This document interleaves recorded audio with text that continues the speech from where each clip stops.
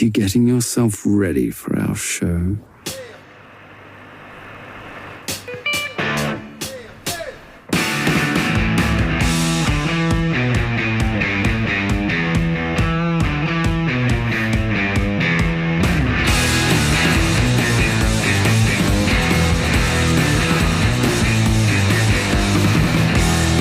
This week on New England's favorite fishing podcast, Bobby and Sean hit a local pond, and then they hit, and I mean hit, a local food truck. And just the tip this week, we're talking about rigging a kayak for fishing. What do you need to know? What goes where and why? We'll find out. You'll find out. Our FTG this week is brought to you by your local lake louse. All types of tourney updates, and bait of the week is huge. It's the one that kind of started it all, really. It's the Z-Man Chatterbait. Everyone out there that owns their own pontoon and owns and regulates local state ramps, well, this one's for you guys. Go ahead, get yourself something to enjoy. We will be back right after this.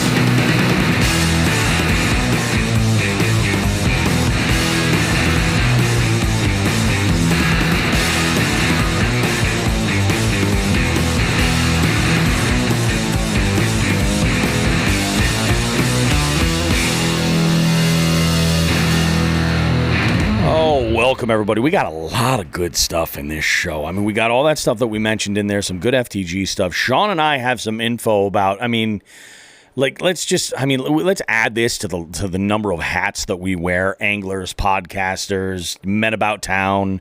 Not only that, I think we are truly like blue ribbon all-star husbands. And we're going to do a little bit of gloating here. You know, we had ourselves, each of us had an amazing weekend with our prospective spouse. Don't get it funny. It wasn't with each other's spouse or anything. We're not that close. Guys, God. Bobby, did the Jigs and Bigs upside down pineapple shirts come in yet? They sure did. They sure did. This show already took a weird start. No, but we in our interview segment, we have a couple of amazing guests. We have some young guys that are local that I happen to bump into at a body of water just a week ago. We've got Dylan and Ray. They're going to talk about all kinds of, and for kids their age, they have some insane experiences to share with us that are absolutely crazy. Like, I'm talking bucket list fish, pictures to prove it. They're working on great stuff. They're just kind of getting into this, and it's awesome. I'm stoked for them. We got a couple of our jig heads in here. We got Vidal with us, who is enjoying the cooler weather down in Texas, which is kind of nice. We are enjoying cooler temps up this way. I mean, I got to tell you, I'm wearing my brand new boots, and it's boot and hoodie weather for sure. For sure. I got that. I was telling you, I got that pair of pants. Yeah. I found a kind of an outdoorsy pair of pants. It was one of those things I was getting the ads from, constantly. Yeah, like on Instagram and shit. Yeah, for no reason. And I started looking into them, and then I found them on Amazon incredibly cheap and bought a pair to just try them. And they work, man. They're good. I forget the brand. I'll go ahead and dig that up for people before Christmas. We'll put it on our list. But so far, they're working out really well. It is. I will say this. They're insulated, so in the cooler weather, they're great. The minute there's a little bit of an uptick in whether in temperature, but sun comes out a little bit. I did get the color black. The pair I bought was black, so I heat up real quick with those things. Yeah, they do. So, but I mean, sure, in colder weather when I'm out on the kayak, they're going to be fantastic. Oh, definitely, man. That's awesome. And it's getting to be about that time of year where we need to start thinking about putting together that angler's gift guide, and I had a blast doing it last year. You guys can obviously on our Instagram, we've saved it as a story, complete with the links and everything. So if there's items that you want to check out, feel free to go and check that one out. We'll of course have a 2022 one coming up. I think we're going to launch that probably the last week of November, shortly after Thanksgiving is the plan for that one. And Bobby, I haven't run this by you. No, got a little surprise, little teaser. I have something I think we should do for Thanksgiving, but we'll talk about that. Yeah, absolutely. I love these. So we have a couple of good things going, guys. Some fishing going on. Sean and I we hit a body of water on what was it, Tuesday? I think it was Tuesday. We hit the water. Wasn't it Thursday? Was it that? It was Thursday. It was Thursday. So then I think, I know what I'm getting confused. I did a bank send on Tuesday, and I gotta tell you, man, Like I have been loving this popper that I've got from 6 Cents that I've been throwing around. It hasn't left one of my combos, but it has just been a surprising, like almost like just like a wild card multi-species magnet for me. I have caught 2 absolute tank bluegill. One of those was when I was out with you. I've caught, largemouth on it. And then earlier this week, what was it? Yesterday, I caught not yesterday, it was Friday. I caught a tank of a fall fish. And I'm like, son of a bitch! I keep forgetting to enter the tournament, and I don't have anything for my to write my what do you call it, identifier with while I'm out there when I catch a fish. So I'm like, son of a bitch. Of course, I have all that shit on the boat, not even thinking about it. But good lord, it's just it is very much fall. Like we had a real good cold front come through Friday night, and it was apparent when I left trivia on Friday night that it was something else. Brutal. Yeah, this past like 3 weeks has just turned up down. From summer to fall, just straight summer to fall. Like yeah, it's been really really cold. Nights, I mean, even I was up in the mountains this weekend, and the nighttime temperatures are getting down in the 30s. That cold, yeah, it's crazy. I mean, we went out Thursday. We got out Thursday. We had a couple hours, and then we could have had more, but part of the roast beef, the fisherman routine, is making sure that we're fed. Exactly. It has to happen. We went to a local pond. We got out there 8:30 in the morning. It was still pretty cool. Yep. And then we started working the North Shore. Pulled up it was a lot of chain pickerel in the North Shore, and then when we moved, you caught a bass, I caught mostly chain pickerel. When we moved, it kind of flipped for both of us, I think, because I think you caught that bluegill a little more south, and I caught all bass more south. It's just kind of a weird thing. Nothing big though. I think my biggest was like a 13-incher, and yours was in the same neighborhood, right? Yeah, I think it was actually a little bit smaller. It was more like 11 and a half. But nothing for quality. That bluegill was a slob. That was that bluegill whacked a popper, so that was pretty funny, and it was almost identical to the popper. And I made sure to take video of it and throw that on Instagram as well, because you look at it and you're just like, oh, match the hatch, you say, huh? I mean, it was like twins, just absolutely bananas, man. And then we went and we hit up Crazy Arepas. And let's spell that out for everyone. Yeah. All right. Crazy, we know how to spell. Arepas is Arepas. It's how would you describe it? It's almost like it's Portuguese, correct? Portuguese dish? I don't know if it's Portuguese. I think it is. Yeah, it might be. You know what? Let's consult I thought it was the Googles. But Brazilian Portuguese. Yeah. Oh, okay. That very well could be the case. It could be Brazilian Portuguese. And arepa has a special sauce. I like to roll my R's with arepa. It has a special sauce that I have no idea what it is, but I have some of it in my fridge now, and I want to throw it on some shredded chicken or whatever. Some cheese, and it's got a bunch of shredded meat. Yep. It can be either chicken, pork, or beef, and the crazy one is all three. Oh, yeah. And then it has two soft, I don't even know what they are, like corn tortilla things that are almost like English muffins. So that kind of consistency. Yeah. So I found Wikipedia describes them as an arepa is a type of food made from ground maize dough eaten on the north region of South America since pre-Columbian times, and notable primarily in the cuisine of Colombia and Venezuela, but also present in the cuisines of Bolivia, Panama, and other countries. And yeah, I think you're right. It's almost like a corn English muffin or a Johnny cake. If you guys know what a Johnny cake is, it's kind of like that. And yeah, I mean, I'm not 100% sure what the sauces are that are on there, but man, they are absolutely out of this world. I don't even give a shit. It's so good. Pro tip is to wear a shirt you don't really care about.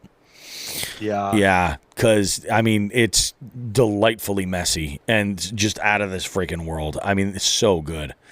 So I can't recommend them enough. But yeah, we hit that place up and we threw down a couple of arepas and then hit the road.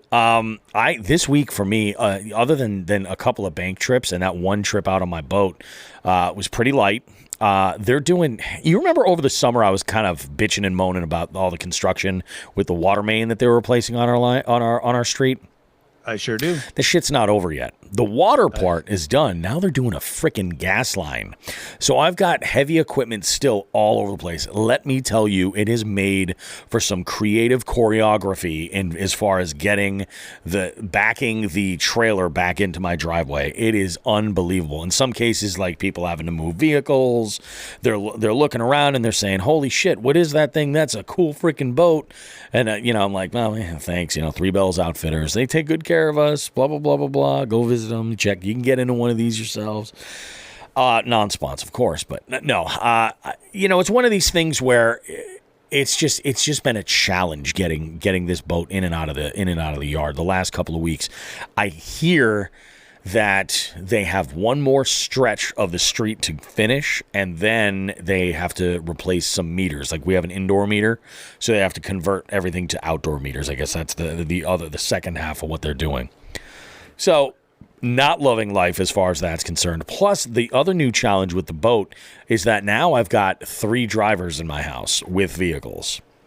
That makes things very, very tricky. So it's been something for sure. But I think one thing that was good that was born out of the day you and I had gone out was that you and I have the rough sketchings of a little bit of a plan to kind of round out the fall and sort of break down some of these local waters that we get in. So I'm looking forward to that. Of course, on the 22nd, we have our big outing with our winning jig head, Scott Wood. He's going to be joining us, and we're going to be going out and having some dinner and stuff and good stuff. Vidal says it's good practice backing up your trailer.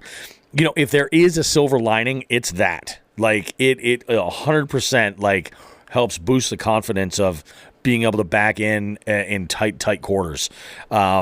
It's one of those things where you're like, shit, I don't want to hit nothing. Jesus Christ. You know what I mean? So the anxiety is like, it's up there. So it's baby steps, a lot of baby steps, a lot of correcting and making sure before I go ahead and start moving this sucker at any kind of weird angle. And it is. Yeah. Sean, have you ever backed up my trailer? Yours, no, but I'm learning with mine now. I'm learning left is right, right is left, and I'm just keeping that in mind. Can you see? Well, you have a pickup. Can you see your trailer at all times when you're backing up? I can see it both through the backup cam, and if I look over my shoulder, I can see it because it's tall enough. Yeah, see, that's where mine is an issue. Yeah, I can see just the top of the seat if it's upright. And in the camera, I can see it, but backing up with the camera is like, it's a whole other ballgame. I'm way, way, way more confident when I'm either looking in my mirrors or just turning around. I don't know why, but I'm getting better at it. I mean, the last time I used any sort of, we really didn't back up with the stuff on the flight line. You're not supposed to, but like, we had trailers constantly, but it was always forward and you worked in circles. Backing up with trailers just led to bad things on flight lines or aircraft. Yeah. But no, we, I think the only time I ever really drove with a trailer in, shall we say, the civilian world was 2003 when I moved home. I rented a truck and then had one of those little car trailers, and I dragged my car behind me on the way home. Yeah, but that was it. Huh. I just never had the opportunity to. And now that I have a trailer, which, by the way, I have to order my grinder this week, and all the rust and everything is getting ground off this winter in the garage, and we're gonna do that shit and make it fucking pretty. Make it purty. Nice. Make it purty. We got Biggest Nickus tuning in. It says, "What's happening, boys?" Nickus, life is good. How are you? Yeah, life is good, man. I can't complain. So, that kind of sums up my week there. I do kind of want to go through, because I shared some shit on social media this week that has been getting a lot of buzz, and I shared it to both podcast pages, both the Jigs and Bigs podcast page and the Elevated Game Night. And because of a question you're going to start hearing kind of pop up, especially in that interview, it's very apparent in that interview with Bill Galekas. That's coming up in 2 weeks. If you'll hear this, and this is kind of where it comes from. So over on Elevated Game Night, I did a couple of testing games, and I had a conversation with some of the teams that were playing. And we were ranking fast food places to, from best to worst for the post-smoke sesh fast food run, like everybody's favorite. And we got to KFC. Okay. Like, we got to KFC.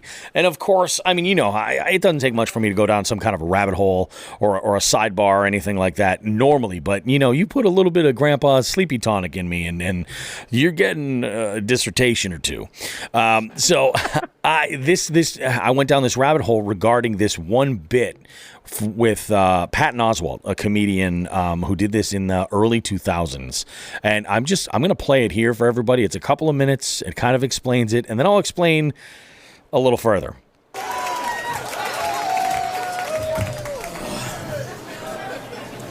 Oh, I'm so hungry right now. What's good to eat at the Kentucky Fried Chicken? What's good to have here? What do you have on your menu that's really good? Oh, our mashed potatoes are great. Those are really good. People love the mashed potatoes. Our corn is really sweet and crunchy. People love the corn. Oh, we have these new breaded chicken strips. They're really tasty. And if you get the mashed potatoes, you've got to get the gravy, because the gravy is fucking awesome. And also, okay, you know what? Stop talking. Can you take all those food items and pile them in a single bowl for me? And I'll just eat them like a death row prisoner on suicide watch. Anyway, I can just fucking have those. Yes, we can pile that in a bowl. But we can also arrange it on a plate like you're an adult with self-respect and dignity. We don't need to put that in a single bowl. Fuck that, I'm done. I don't give a shit anymore. Just pile my food in a brown mound in a bowl. And is there a way that the bowl can play Pink Floyd's Great Gig in the Sky while I eat it alone in my apartment at 2 in the morning with all the lights off and just... That's their most popular item. Those fucking bowls, they can't keep them on the shelf. America has spoken. Pile my food in a fucking bowl like I'm a dog. I don't give a shit anymore. If there's any way you could put my dinner in a blender and liquefy it and then put it into a caulking gun and inject it into my femoral artery, that would be even better. But I know you don't have a lunch gun, so until you invent that, just make me a fucking failure pile in a sadness bowl. That's what I want. I want a failure pile in a sadness bowl. Pile my food in a fucking bowl. So yeah. This I Brilliant. saw in like the early 2000s, and I thought it was hilarious then. So this brought me to this conversation. I was like, yeah, it's crazy. It's unbelievably popular. People love these things. I don't understand it. It is what it is. Well, somebody saw that practice show on Twitch. And what they did was they DM'd me a link to a Spotify playlist that was entitled Songs to Eat Your KFC Bowl To. And they featured such songs as Foreigner's I Want to Know What Love Is, Whitney Houston's I Have Nothing. What else was in there? Drops of Jupiter by Train, which I can assume that, just if that's how you're living your life in that level, that state of depression and downness, you probably think that, you probably would agree that Train is a good band. There's, a bunch of these songs, and they're just all like, it's ridiculous. So I had a field day with it. I came up with like a whole shtick with all these for Name That Tune. So I'm going through my whole event that week, and then Thursday this was Friday. So Friday I'd gone out and I did a little bit of fishing Banks End, and I got on a couple of small ones, weird ass day. And I got a phone call from my wife asking me if I could run a couple of errands. And one of her errands included sending me to grab her a coffee and a bottle of water. I said, oh, sure, you got it. No problem. Because I was nearby. So I zip around. And as I'm leaving her school, I am going down the street that the school is on, and I see a KFC. And... well, genius struck. So I went and I got one of these bowls. I don't understand the appeal. Like, I get it. Sometimes you're just like, yeah, I just want everything in one thing. Okay. I don't know about this. This just isn't for me. But I got one, and I happened to look in the back seat, Sean, and I said, "Oh, I still have the tripod from when we did our face filling thing at the Big E back here." So I grabbed the tripod, I set it up, and I recorded myself eating this thing, set to Whitney Houston's "I Have Nothing." And I posted it as a reel, and it's exploding. So thank you guys. And part of what I did was I shared it to Elevated Game Night, and then I shared it again to Jigs and Bigs. And I think I want to say it was Adam Blemecki. I don't know why he keeps popping up every once in a while, and we have an interview coming up with him too, actually next week. So he'll be on the show as well. But I want to say it was him, and if it wasn't, I'm just going to blame him for it anyway. But he goes, "You should ask your guests what their go-to meal is after they've like had their ass handed to them on the water, like when either they've been skunked or they've just caught a bunch of small fish, or it's something like that after a really, really tough day. Like, how do they go?" And I asked Bill Galekis that. I was like, I think this is a great question. I asked him that question, and then he gave me an answer, which is amazing. You'll hear that in an upcoming episode, but I thought it was absolutely fantastic. So that made up a large portion of my week. And I got to tell you, after 5 whole days, because I filled in for somebody on Monday, after 5 whole days, man, I could not take that playlist any longer. Holy shit. It's just too much, too much train, you know? You need a therapist now, don't you? I do need a therapist. In fact, I had somebody midweek, I think it was either Plan B or Nathan Bills. I'm talking about, in between songs. I'm like, okay, so this is the song where obviously you realize that you're in a relationship with a KFC bowl. I think the song was like Time Out. Oh, no, it was Heaven is a Place on Earth by Belinda Carlisle. That's what it was. So I make the joke, and then somebody goes, "Bobby, this isn't your own personal therapy session." So, yeah, we're living that life. On the other side of the Jigs and Bigs coin, yes, instead of dealing with horrible food and depression, this weekend I did something that I have never done before. Yeah. I lived outside of my means. Let's put it that way. My wife and I, when we were dating, we had an extended, a really long engagement. All right. We knew when our date was. I was in the middle of a year-long deployment for training. And when the deployment was done, some things happened. And the next thing you know, we're still engaged. We've got our wedding date, but now we've got my oldest on the way. These things, they happen, right? Sure. And since then, it's been 15 years of running. You know what I mean? You know what it is? You got 2 kids. It's just you're running and you're thinking about your kids and your family, and you're not thinking about sometimes other things. And honestly, for a long time, me and my wife were on the same page of we don't have time. We just didn't celebrate anniversaries. Yep. And this year she had mentioned something about it. Like, hey, let's get on this ball. Might be kind of nice if we do something for our anniversary. Correct. And I decided to blow the doors off. So I got us a weekend at an incredibly, I believe the term is bougie. Yeah. Spa resort. Pampered. You name it. I will say this. I asked, we were eating breakfast this morning before we left, and I said, well, what were your favorite parts of this weekend? Tell me so I know. She goes, obviously the first part was we had gotten there, and before you check in, this place knows, like, hey, we want you to experience everything. Before you even check in, you can arrive early. We'll hold on to your bags. Yep. You walk around this place. It's really a wellness spa. Yep. Right? Oh yeah. And they say walk around in exercise gear because you're going to be doing whatever stretching classes, yoga classes, working out, swimming, whatever the hell you're doing. And one of the things that my wife and I had talked about was getting a couples massage, which now I think it's kind of a little odd. Like, we didn't really see each other. We weren't holding hands. It was just like we were being massaged in the same room. Like, so it was all right. But here was the funny part of it. I'm getting dressed or undressed for this massage, right? And I'm like, well, like, do I wear underwear in there?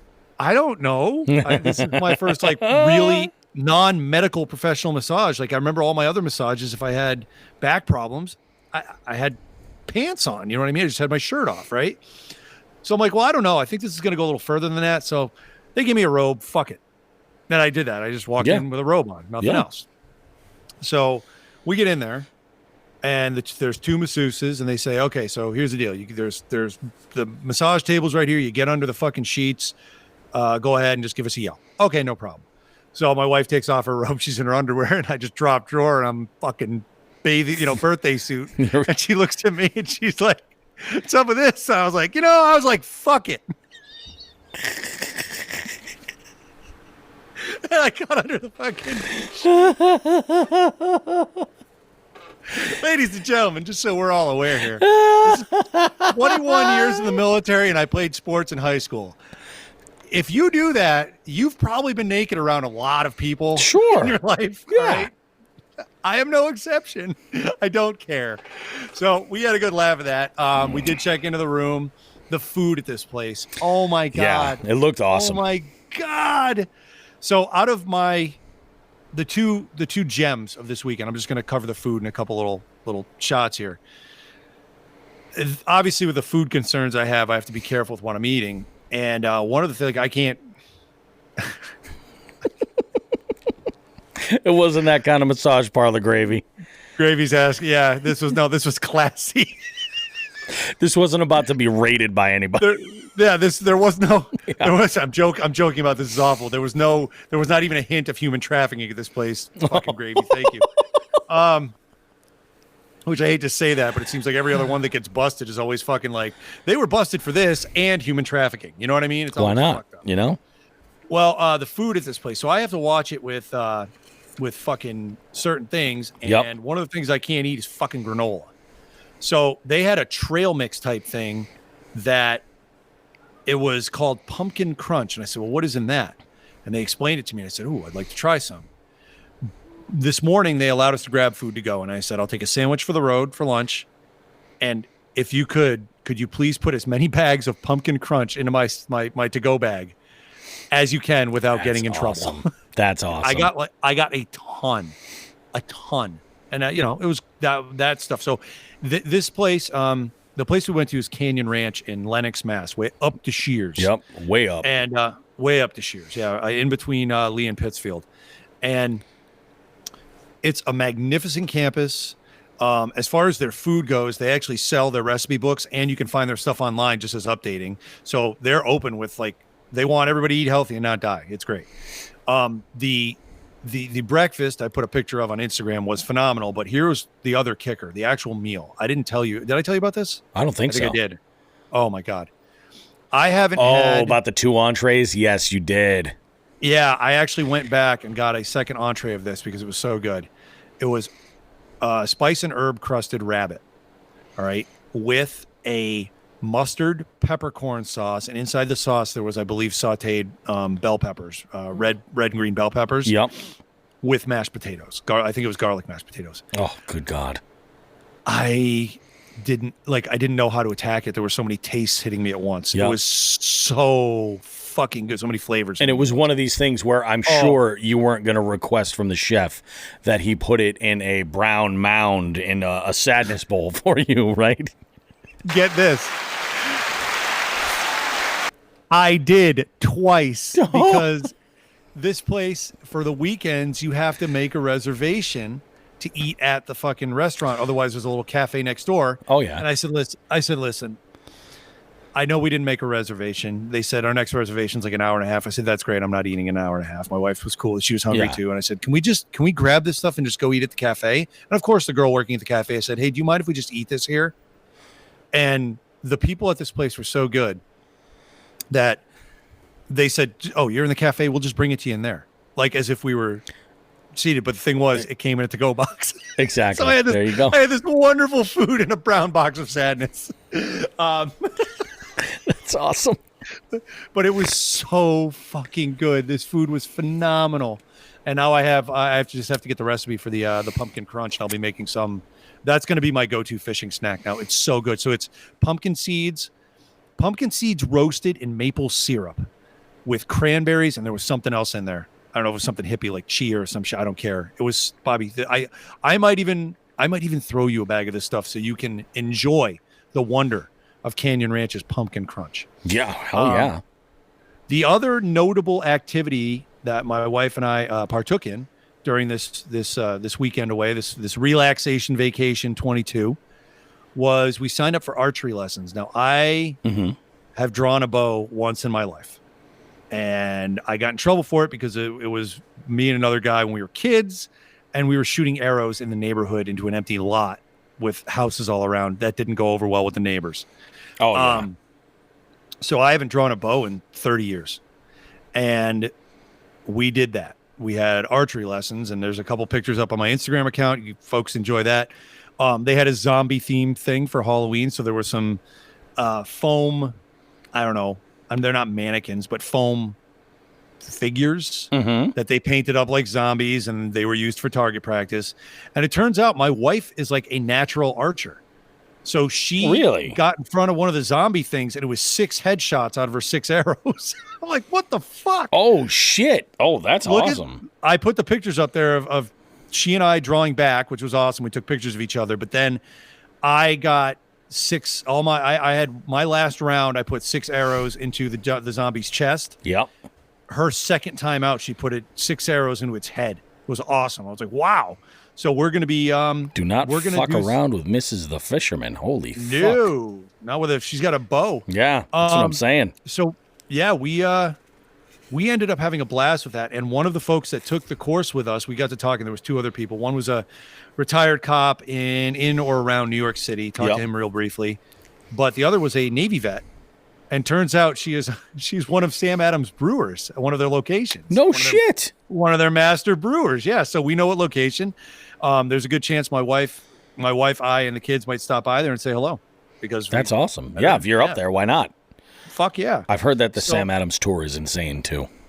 Yeah. Yeah. Well, I think it's not at their factory. It's at one of they have little brew locations, I believe, scattered around Boston. Oh, wow. A couple of like the touristy places, like Faneuil Hall, I think has one, and I think there's another one somewhere else. But yeah, we know where she's at. We'll say hi if she's working. But that was cool. But no, other than that, it was incredibly relaxing.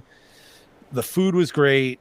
My wife and I don't think have spent this much time together alone without the kids in 15 fucking years, and I feel refreshed. So we got a little bit left in the fishing season. About a month or so? Yeah. We've got the. I've got a camping trip next weekend, so me and my buddies still from high school make time to get out and have a good camping trip and nice get a little fishing in, get a lot of relaxation in. So that'll be good. And then the week after that, you and I are getting together with Nelson and Scott, and we'll be doing a little fishing one day and a lot of eating. Yep, that's gonna be freaking awesome. The week after, I have the final MAKB event of the season, the Catch 'em All Fall Brawl, which I might as well get this out of the way. I think some of the main competition in that will be a little occupied, because usually John Ferreira puts up a good number in that competition, and John Ferreira might be a little busy because the Mass Maulers continued their win streak and got into the freaking KFL championships. Congrats to them. That's awesome. They'll be facing off against the Kingfishers, so they're taking on Dustin. Yeah, they are. So hey, may the best folks win. Great job to the Maulers. Nice run. Congrats to them. And 2 of the fish got kicked in by a friend of ours, a very close friend of ours. Oh, when they were caught, did he look up at the sky and go, dude, two fingers up to the sky, just point, dude. Yep. Nice. John Ferreira caught 4 of the bag. I think Ken got 2. Actually, Ken, Nate, and Joe Tadeo got 2 each, but they only won by 3/4 of an inch, man. So hell of a game. That's tough. That's tough. Yep. Damn. So we'll see what happens. Hey, any MAKB members, you guys get on that. We got that fall brawl. It's fun. Yeah, that's good stuff. I did a little bit of R&R this weekend with the wife. And I totally forgot that you were going to be gone this weekend as a relaxation week. I was like, oh yeah, I bet there's a tournament or something going on. And so I said to my wife on Friday after I ran that errand, I said, hey, what do you have going on tomorrow? And she says, nothing. I'm just going to hang out around the house. I said, look, what do you say you and I, we leave the kids, let them do what they're going to do. You know, the kids had a great day hanging out themselves. And I said, you and I will go and we'll do some leaf peeping. And we'll go to Vermont. I'm like, we'll just go for a nice long drive. We'll leave late morning after I do my interview. We'll just pack up the truck. We'll go and we'll just hit the road and we'll go for it. So this is about the level of planning that I put into this. Was the night before I was googling routes to scenic routes in Vermont, and one of them that was recommended was to start from Brattleboro and take Route 30 all the way into Manchester. We've been into Manchester before. In fact, we ended up in a spot where it was July of 2020 when this show had just our first summer. July of 2020. And do you remember I was in Vermont for a week? We had gone on vacation with a group of friends that we've taken trips with before. Same kind of idea. And that's where we stayed. We were just outside. It was on, I think, Route 11. Not too far from Manchester. So we stayed up there. I caught a bunch of like mutant rock bass. This one, I do remember spot. that. Yeah. Yeah, it was that trip. And while we were there, so we left, and I'm going to go through the trip a little bit early, but ultimately when we decided the turning point would be was when we realized, I was like, wait a minute, we're not far at all from the place where, we vacationed with the Lumbras and with everybody else, the Sutters.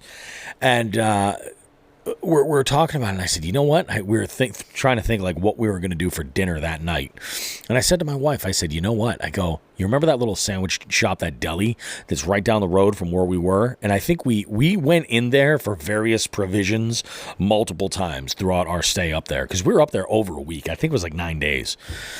And I said to her, I said, you remember, I think the sandwich menu was out of this world. I said, why don't we go? We'll wrap up a couple sandwiches to go, grab some like sides, and there's a little bakery counter, some desserts and stuff. We'll just bring a little spread home with us, and we'll eat when we get home. She's like, that's a great idea. So we went, and we got that, and we couldn't have timed it better because they actually had a reservation for a tour bus that was going to be coming through and making a stop there like 10 minutes after we left. In fact, when we got in the car, we were about to leave, and this bus pulls up. I was like, they weren't shitting. Holy cow, that's nuts.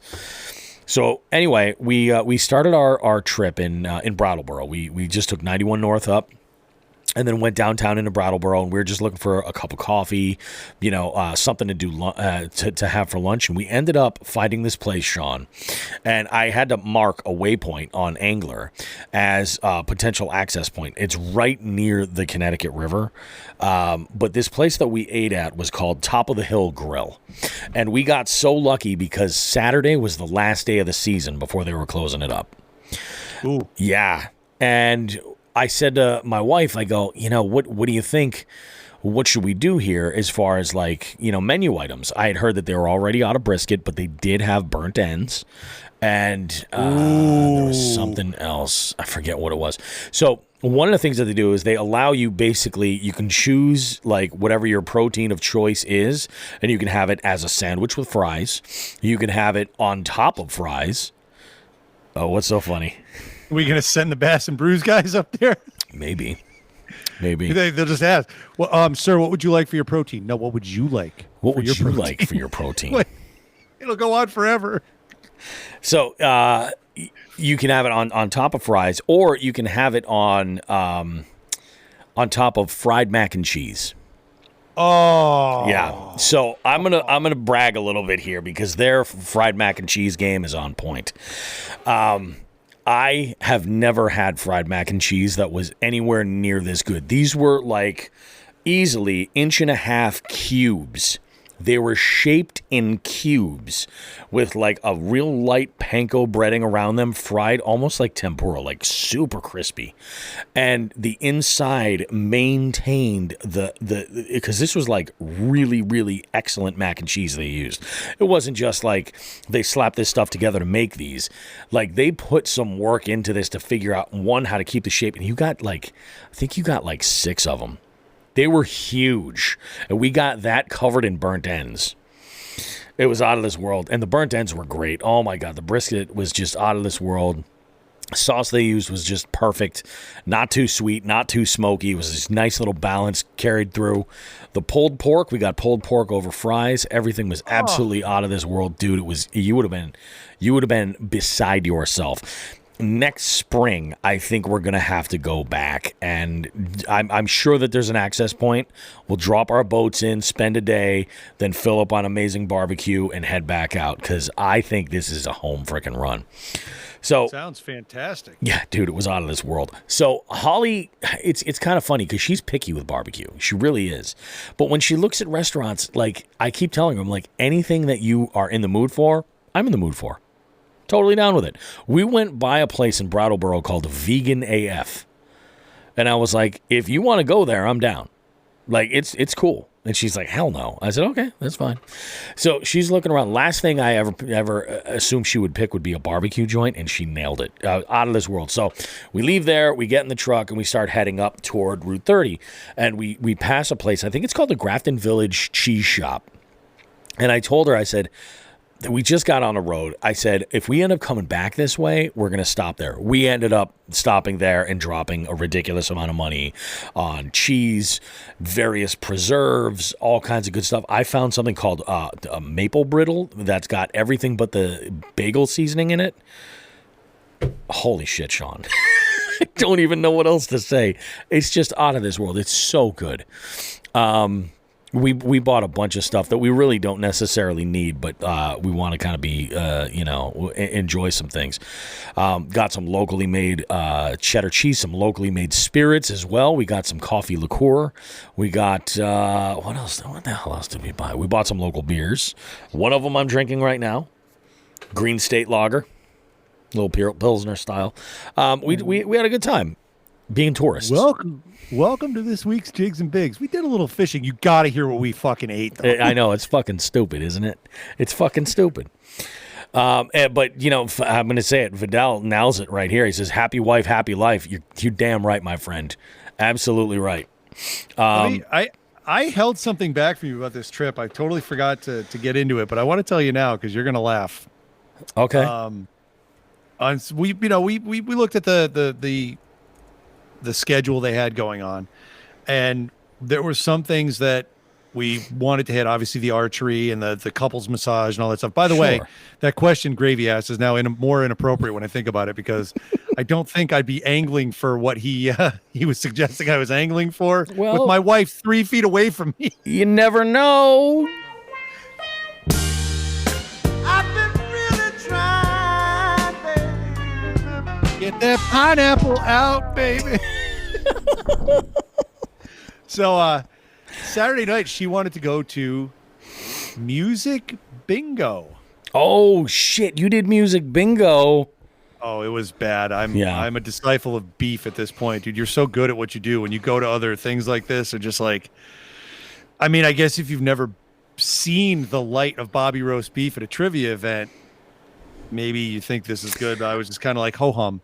I grabbed the pen. They had a pen. Yeah, they had pens out and the bingo cards, and they had a notebook. So I drew a nice Spider-Man because that's what I do. Just draw Spider-Man. Yeah, that's what I was doing.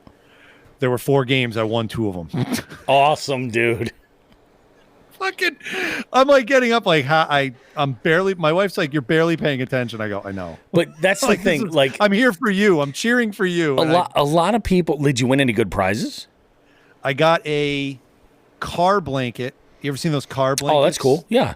Yeah, folding. And I got an umbrella. Whatever. They just had Canyon Ranch products. Just here you go. That's awesome. Yeah, it was pretty fun. I mean, it was lame. I won stuff. You know, that's a lot of people get confused about bingo, and they truly think that bingo has anything to do with skill, and there is nothing further from the truth. No, it's nothing. It's got as much skill as a slot machine, man. Yep. I grabbed the card, and I'm crossing off my stuff, right? Like X. All right. So it was there were 4 categories. It was a theme for the music, and every game had its theme, right? Mm-hmm. So the second one, now I'm just so used to roast beef style trivia where you're quick or you're dead, right? Yeah. So this is how this went. Song would play for about 15 seconds and it would stop. The guy would go, that was the Bee Gees with Saturday Night Fever, the Bee Gees with Saturday Night Fever. Every song. So I'm like, oh my God. So when I got a bingo, I wasn't fucking around. Whatever it was, like I can't remember. It was 90s or something. And the last song was Alanis Morissette. I'm making this up. Whatever. There was a 90s category. I don't remember what the fuck it was, but I needed Alanis Morissette. You ought to know. Okay. Gotcha. So I hear it start playing. I cross it off. The song's not even done. I just go, bingo!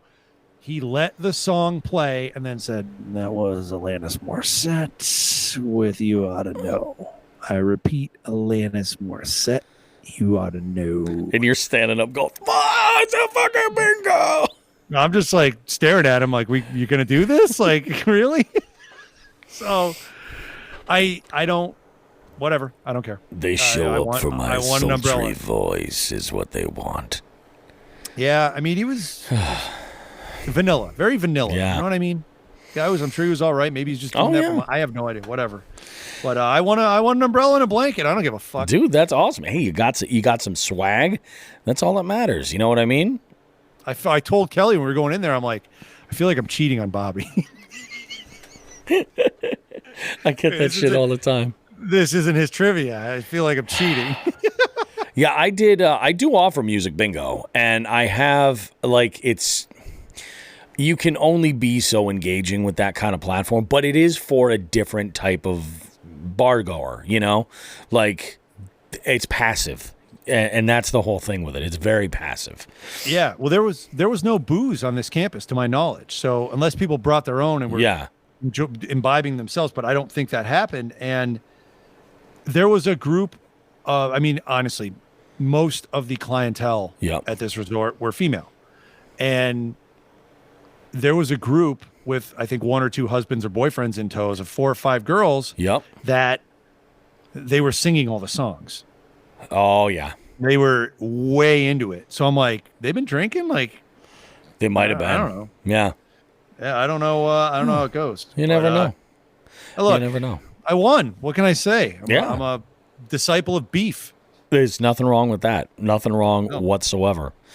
So yeah, we made our way. We headed up north to what do you call it? Into Manchester. Along the way, we hit some traffic, and we're like, "What the hell is going on here?" Well, there's some small town having like their local annual fair, you know, their regular hoedown, I suppose.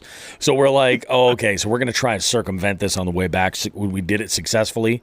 I discovered about my wife that she might actually be one of those people who's like really into covered bridges, because we saw a number of them. We actually crossed one in the Forerunner, which I was like, I don't know we're supposed to do this. Like, there's a weight warning and we're way under it. I'm like, you know, there are other cars that are probably some big trucks that have gone through this thing. But I'm like, you know, I don't know. Well, here we are. And we made it. We lived. Was it one of the spinny ones that reverses? No. Or is that just a Scooby-Doo thing? That's probably just a Scooby-Doo thing. All right. I've never seen one. I don't know. I mean, it was crazy. And then we going up and then coming back, we went by this one that is very tucked out of the way. Like, there's a small access road off of the main road, and then that bridge is further down. And I told Holly, I said, I have a feeling that you and I just witnessed some like next level elite, like, you know, covered bridge nut job, like, you know, bucket list bridge. And she's like, really? I was like, well, look how hard it is to see. I mean, we saw it twice. I'm like, we probably aren't even aware how good we are at this.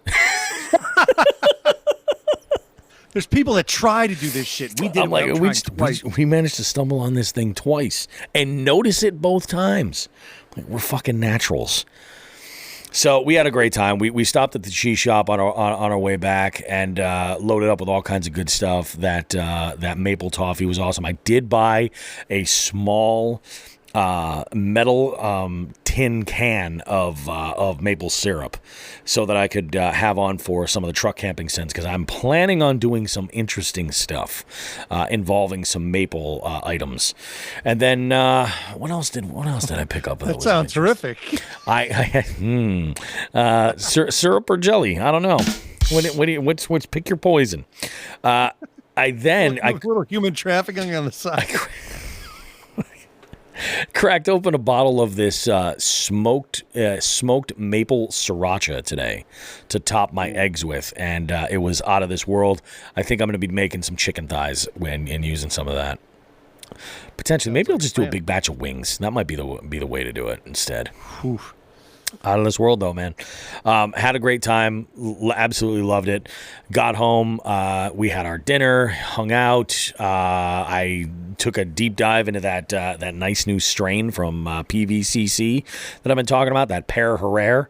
Love that stuff. I slept like a baby. And then I got up this morning. I made breakfast. Took care of a couple of things, the dogs, all of that. And I went out and hit the banks today. I hit 3 spots. 2 of them specifically going and trying to get on some smallies. Nothing, not a bite to be had. But like conditions, just hot garbage. Like the bluest of bluebird skies with barely any wind where I was whatsoever. And on top of that, like we did just have a pretty good cold front come through on Friday. So it was tough. It was real tough. So I called it a day. Headed back in. Gorged ourselves on Indian food. It's crazy having kids that are like a little bit older and have jobs and stuff. Like we really do have a lot of time together, just the 2 of us. It's nuts.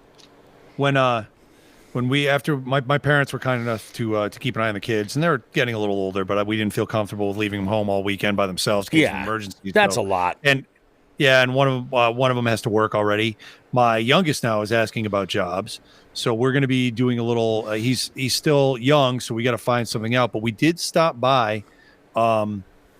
We did stop by the farm where we get our Christmas trees every year, and we were able to pick out our Christmas tree and tag it and do all that fun stuff. And then it's kind of funny. There's a local candle maker that deals at the Christmas tree farm where we get our trees, and like once a year, we just spend an inordinate amount of money on candles. And that's the only time we buy candles is once a year. Yeah. And then we just burn them year round.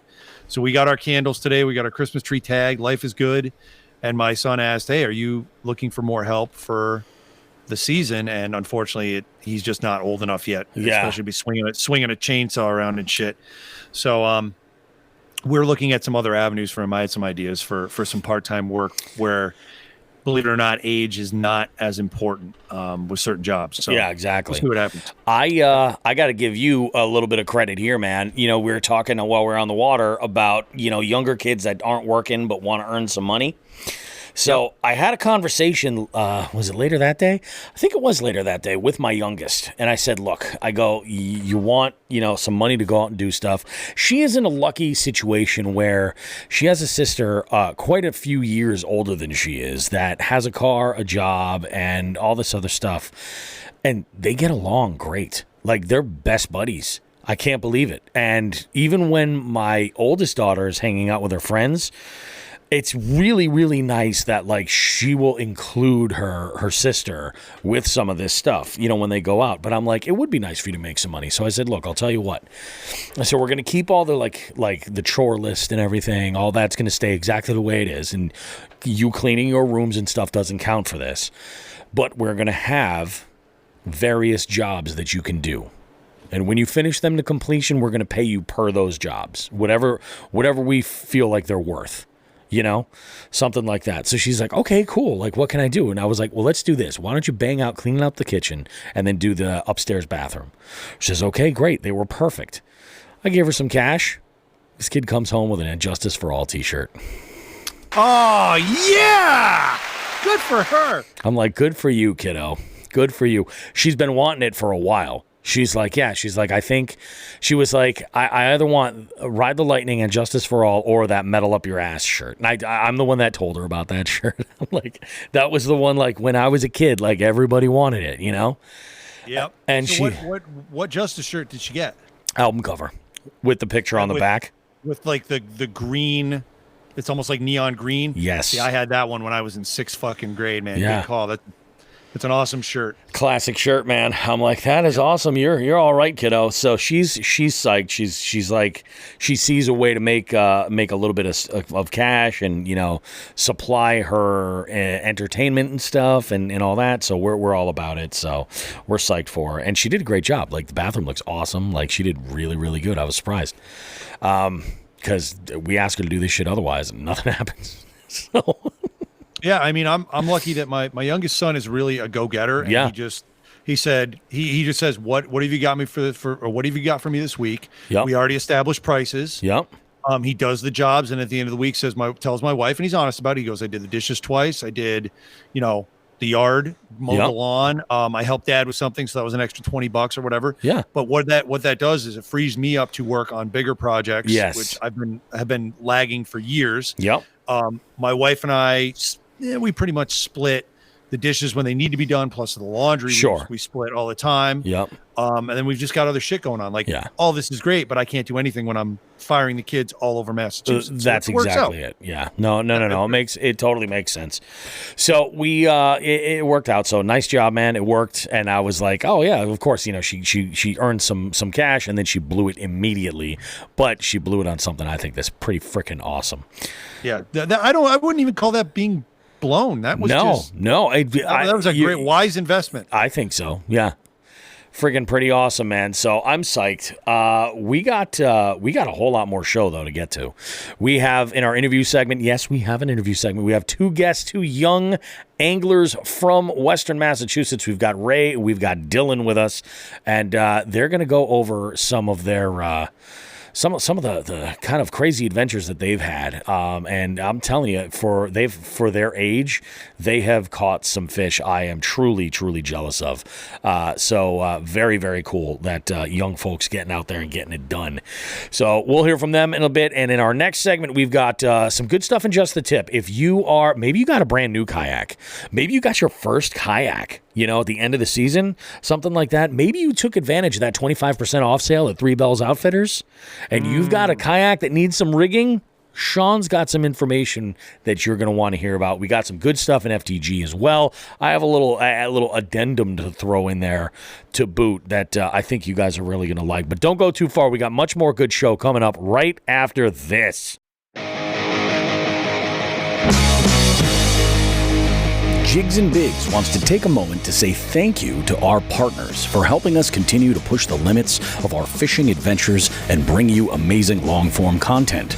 We want to thank Old Glory Outdoors in East Brookfield, Massachusetts. Old Glory has an amazing selection of fishing tackle, including 6th Sense, Guggen Baits, X-Zone Lures, Shimano, Daiwa, Luz, 13 Fishing, Arc Rods, and many more.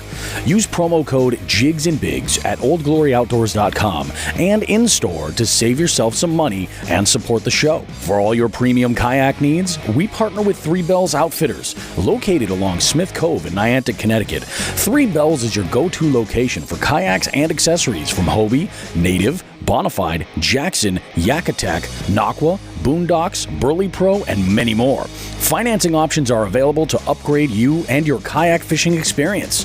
White glove delivery service is also available. Visit threebellsoutfitters.com for more info, and don't forget to tell them that Jigs and Bigs sent you. When it comes to high-quality polarized sunglasses, we've partnered with Torres. They provide stylish sunglasses in a variety of frames that are light and fit comfortably on your face. The polarization cuts glare and allows you to see the whole picture, helping you identify what's below the water's surface. They have a 60-day, risk-free trial, lifetime warranty, and free shipping. Plus, you can save yourself 10% with the code JIGSandBigs10 at checkout. Visit Torrege.com to check out their selection. That's www.torege.com. Again, we cannot thank our partners enough for their support. Please consider supporting them and supporting the show in the same process. Thanks.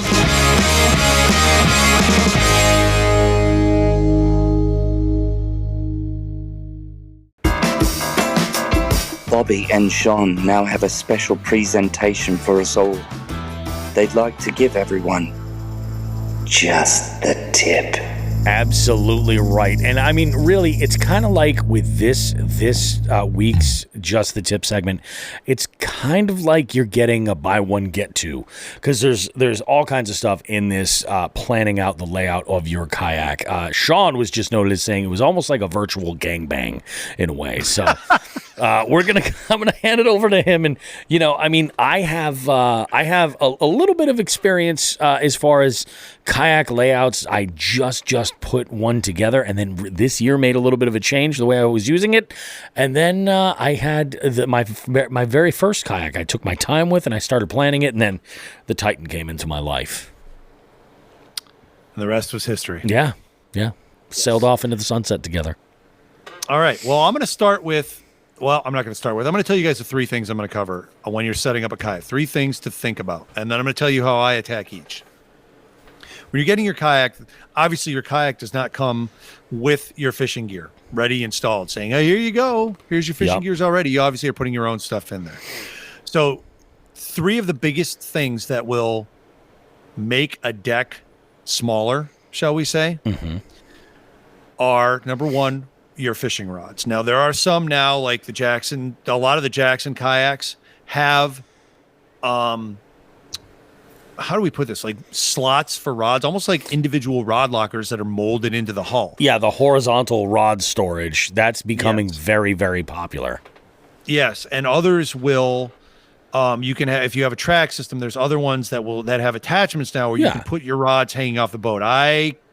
For me, I'm not a fan of that as much as I am of the internal rod storage, because I lean to get the fish in the net. I bring the fish to the left side of my boat, and I lean over with my left. I do not want to be leaning over rods that are hanging over the side of the boat. That does not seem productive in any way, shape, or form. It kind of does seem like an accident waiting to happen. Several accidents waiting to happen, especially if there's money on the line and that fish is becoming a problem. So that being said, that's out. Now, the internal rod storage that we just spoke about, that it's inside of the hull, or not inside of the hull, but it's molded. The slots are molded into the hull.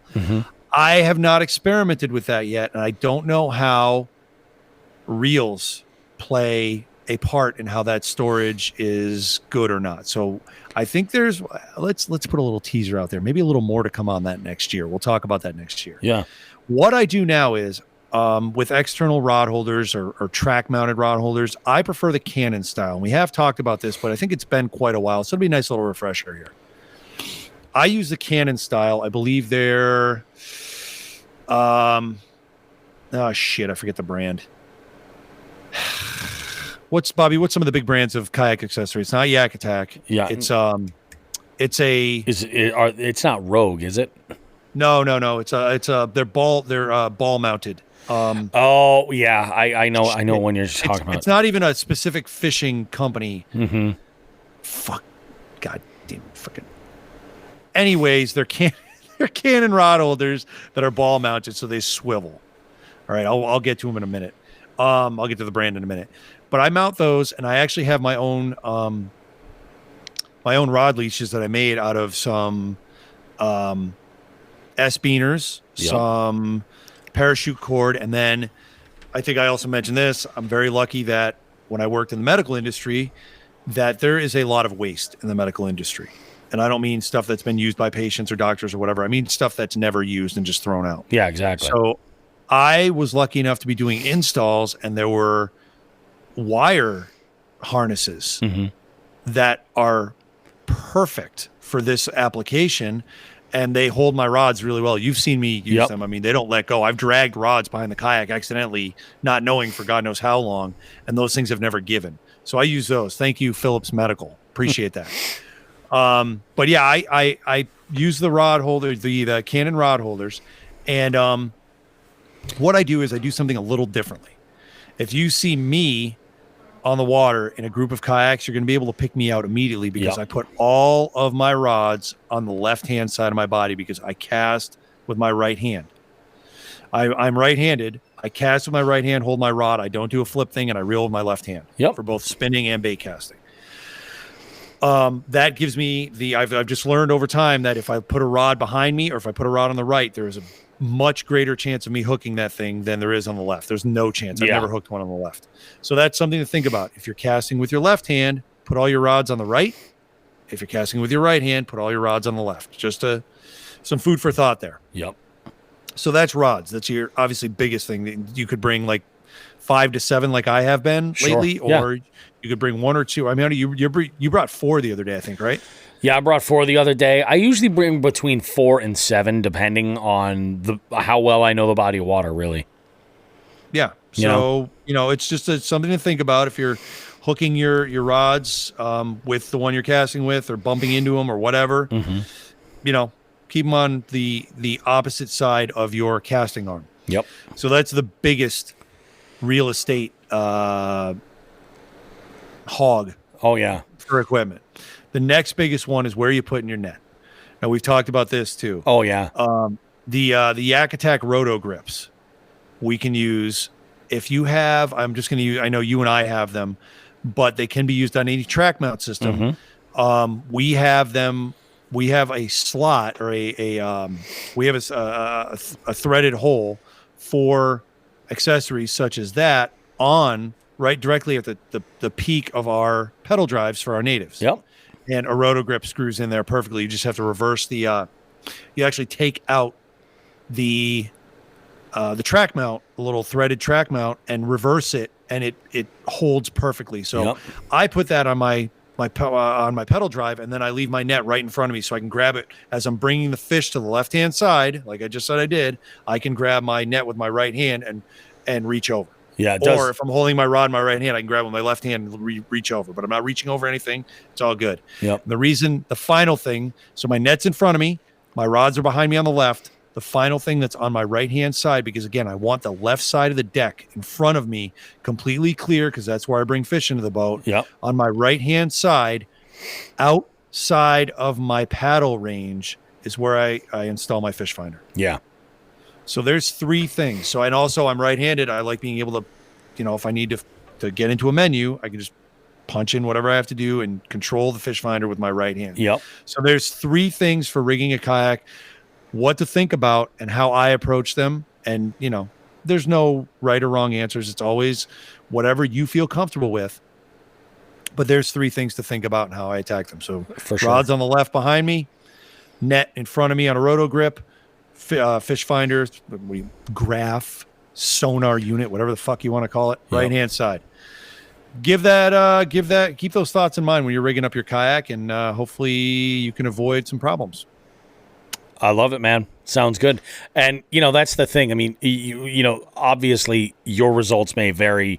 Your electronics screen size may differ. Your, needs may be a little bit different. But these are things that you want to just bring into consideration. When you're casting a line or where you're netting a fish, is there going to be a point where you could possibly snag something and, cause some type of an issue? So it's, and that can also be something that you want to take into a showroom if you're looking at a kayak. I'm going to need track mounting over here for this reason. I need to think, where am I going to put my net? Maybe you're one of those people that likes to put your net behind you. There are people that are like that, that want to keep their net behind them and just like flip it around like all ninja style. Yep. It's all about what's going to work best for you. But I think the real tip here is to just think and try to project what it is that you're going to be needing and what you plan on having with this boat long term. Correct. Very correct. Now, the brand I was looking for was Ram Mounts. Oh, it is Ram Mounts. I thought maybe it might have been Scotty Mounts, but Ram Mounts. The ball mounts, I believe, are Ram, but they're Scotty rod holders. Oh, they are Scotty rod holders. Okay. Yeah, it's a combo. Huh. Yep. So there you go. That's what I use. Scotty Cannon rod holders. Oh, no, they're not. They might be Ram. I've been using these things for years. I forgot the brand. I haven't bought one in a while. Huh. Ram Cannon rod holders. Let's see. They are, in fact, Ram mounts. So my whole system is Ram. Yep. Fucking Ram. Ram. I'll give you some Ram. Fuck that guy. Fuck that guy.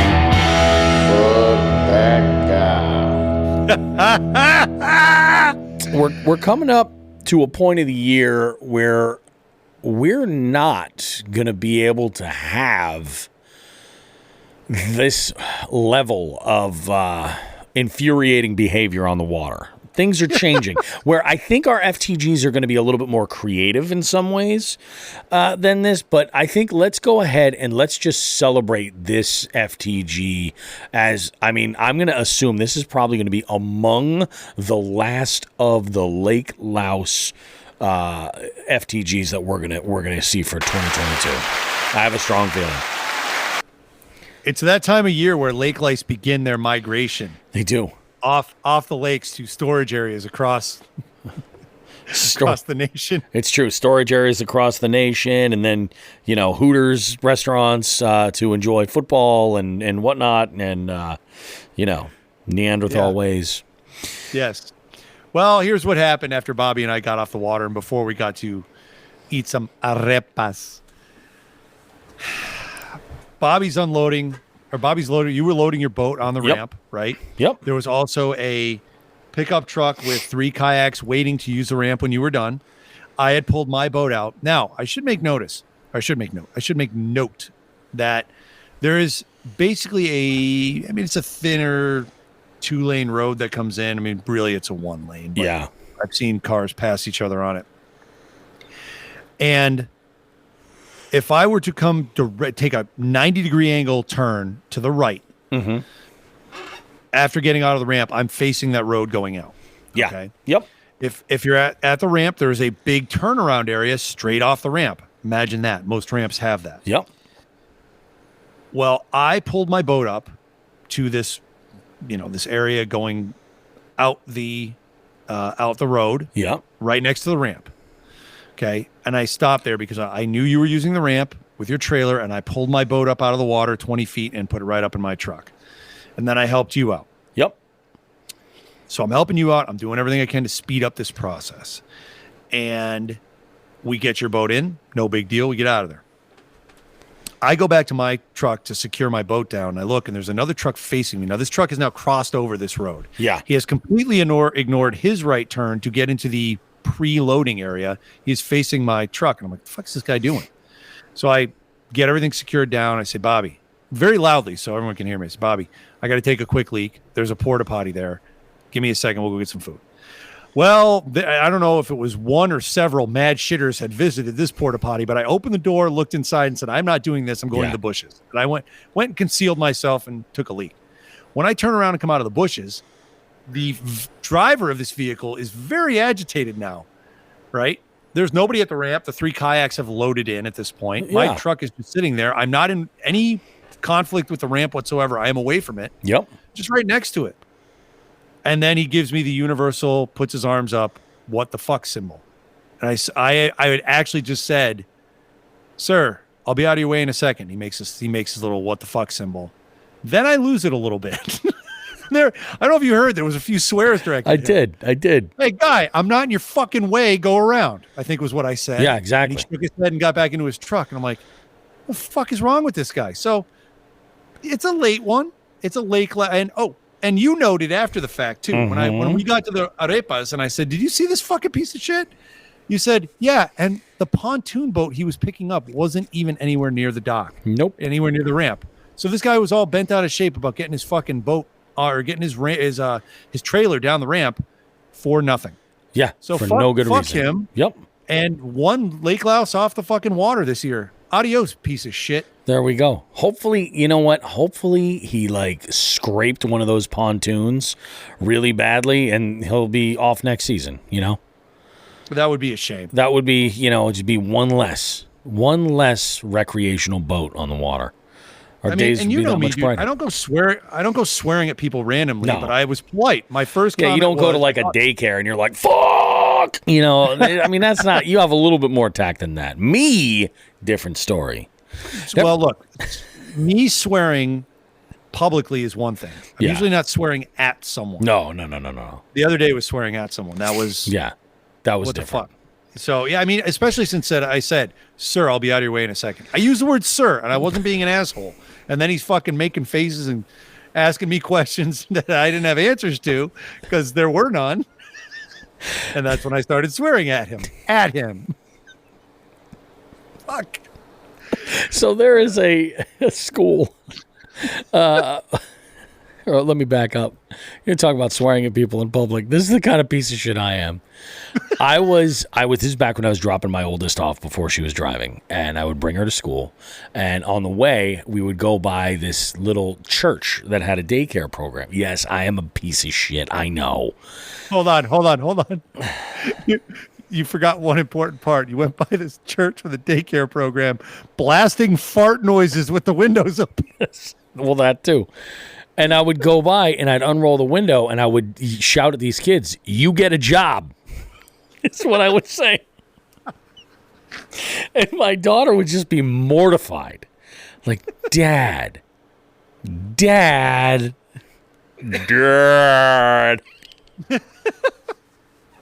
And she would be mortified. And I would tell her, I say, like, you got to understand. I was like, when I went from working third shift in broadcasting, I would work overnights. And then I went to working days. It was like culture shock. I had to deal with like school buses on my commute into the in the morning on the way into work. This is stuff I was not used to. So I'm like, just to like keep myself entertained, I would drive by all these kids. And this is like 20 years ago. I would drive by kids at a bus stop and I'd say like, "Hey, you get a job." Just keep going. I'm waiting for the day, and it might not be this year. It might be after college sometime. I'm waiting for the day, and I'm hoping that she picks up the reins and carries the tradition on forward. Oh, I'm a piece of shit. We can hope. Yeah, we can hope. Let's go ahead and do it. I'm going to go ahead and play some drums for you. We'll get this show on the road. Yes, sir. First off, tournament-wise, I have I don't know, would you call this a correction? More information from last week. So I had to go back for the Chronic trips in September. The first to 100. Yep. Do we say this name enough? Jerry Multi-House. Congratulations, Jerry. Let's give him a little applause there. Jerry, friggin' killing it. Yep. So I'll take care of that this week. Everything's been finalized for that. Those who were in Chronic trips, expect your payment this week. I just I sent my man Seth a message. He's the bankroll for this operation. Next up, again, congratulations to the Maulers in the tournament for KFL. Great job to them. They're on to the championship now against the Coosa Kingfishers. And I don't know if Nate's going to be fishing, but he fished in the conference championship. Yep. He put one up. Congrats to Ken. Congrats to Nate. Congrats to John. And congrats to Joe Tadeo. They all kicked ass. All right.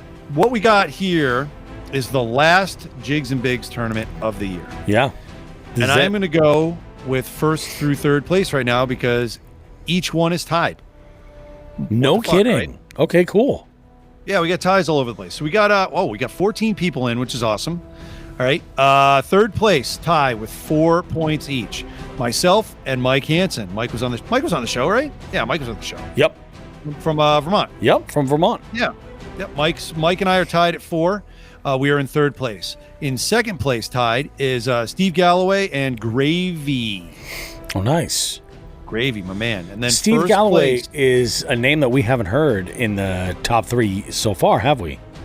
No, we have not. He is he's currently got the biggest smallmouth. Let's see how big that smallmouth is. Nice. Let me see. Smallmouth. Yeah, we're getting there. It's small. It's winning. It'll probably get topped, but that's all right. So great job to Steve. And then he gets it. It's a scavenger hunt, dude. Definitely. And then tied for first place, Brian Jensen and our man Finn.Horn, Nelson DaCosta. Nelson killing it. Just constantly killing it. The year of Nelson. 7 points each, so it's tight. I want to make you and I talked about this. There was a little bit of a multi-species spot I'd like to get you to. It was a little difficult to get into. I was thinking Thursday. You want to go try that out on Thursday? It's supposed to be nice out. It's supposed to be almost 70. We could definitely give that a go. I tell you the truth, I thought about that place while I was up in Brattleboro. Yep. And the idea of we take one truck with a trailer and drop and then drift down to like maybe Hatfield and get out there and then come back up. I mean, it would be like a day, you know? The problem is, from where I was. Wait, are we talking about dropping in where I was at? No, I'm talking about dropping in Vermont. Dams. Or we'd have to portage around dams. Yeah. Bad. No, like Turner's Fall would be a major issue. That would be bad. There you go. Yeah. So we'll either way, Thursday, Yeah. if you're not busy, dude, I'll pick you up. We'll grab some breakfast Sammys from Mrs. Mitchell's. We'll give her We'll a go. fucking head on up there. What do you think about that? Yeah, I could definitely be down for that. And then, like I said, I would be the pack mule for that day. So Oh, yeah. all you got to do is bring a couple rods, couple reels. We'll be fucking ready to rock. Be ready to Little rock bag and of- roll. Yep. I think, let me see here. Let me make sure that's all my shit I got to cover. Yeah, dude, that's all I got. That's all I got. That's my update. There's my tournament season's winding down. Like I said, we'll have a couple more. We'll have obviously we'll be keeping up with the jigs and bigs for all of October. Yeah, exactly. And then the MAKB Catch 'em All Brawl, and that's pretty much wrapping up my year, unless the weather stays warm in November and something else pops up. But that's where we're at, man. Tournament freaking season is awesome, definitely man. winding down.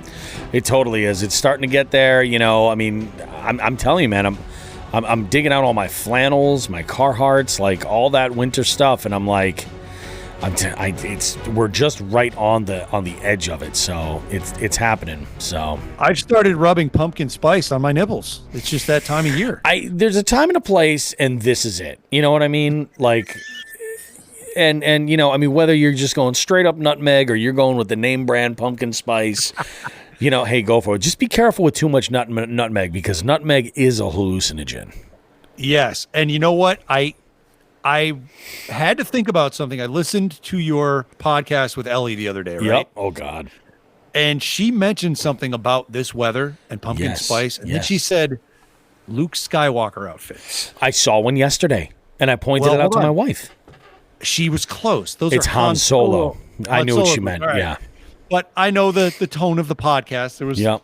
probably Yeah. some sleeping tobacco involved. I get it. It's all good. It's all good. I knew where she was going with. You're 100% right, because I think I even mentioned it to Holly. I was like, that's the Luke Skywalker. I was like, but it's not Luke Skywalker. It's actually Han Solo. Han Solo boots. Yep. It's Yep. definitely, I- if you have the vest, especially like that Oh my leather God. vest with the puffy shirt, like that kind of puts it over the top, you know? Look, I'll take that look way over the high waist look that somehow came back from the depths of oblivion that no one liked in the fucking 90s, and it's back. Some like Wilson Phillips concert, like tour Ugh. shorts that didn't actually sell. They're like, wait, you know, why don't we just start wearing our jeans like this? Yeah, let's pull our pants up like real high. Okay. I'm okay with it. I'm not going to complain. You know, I'm not going to complain. I could. All right. I won't. All right, I did. I'll do it for you then. I hope you guys are ready. Buckle up. This is going to be something. Chicks and Pigs. Bait of the week.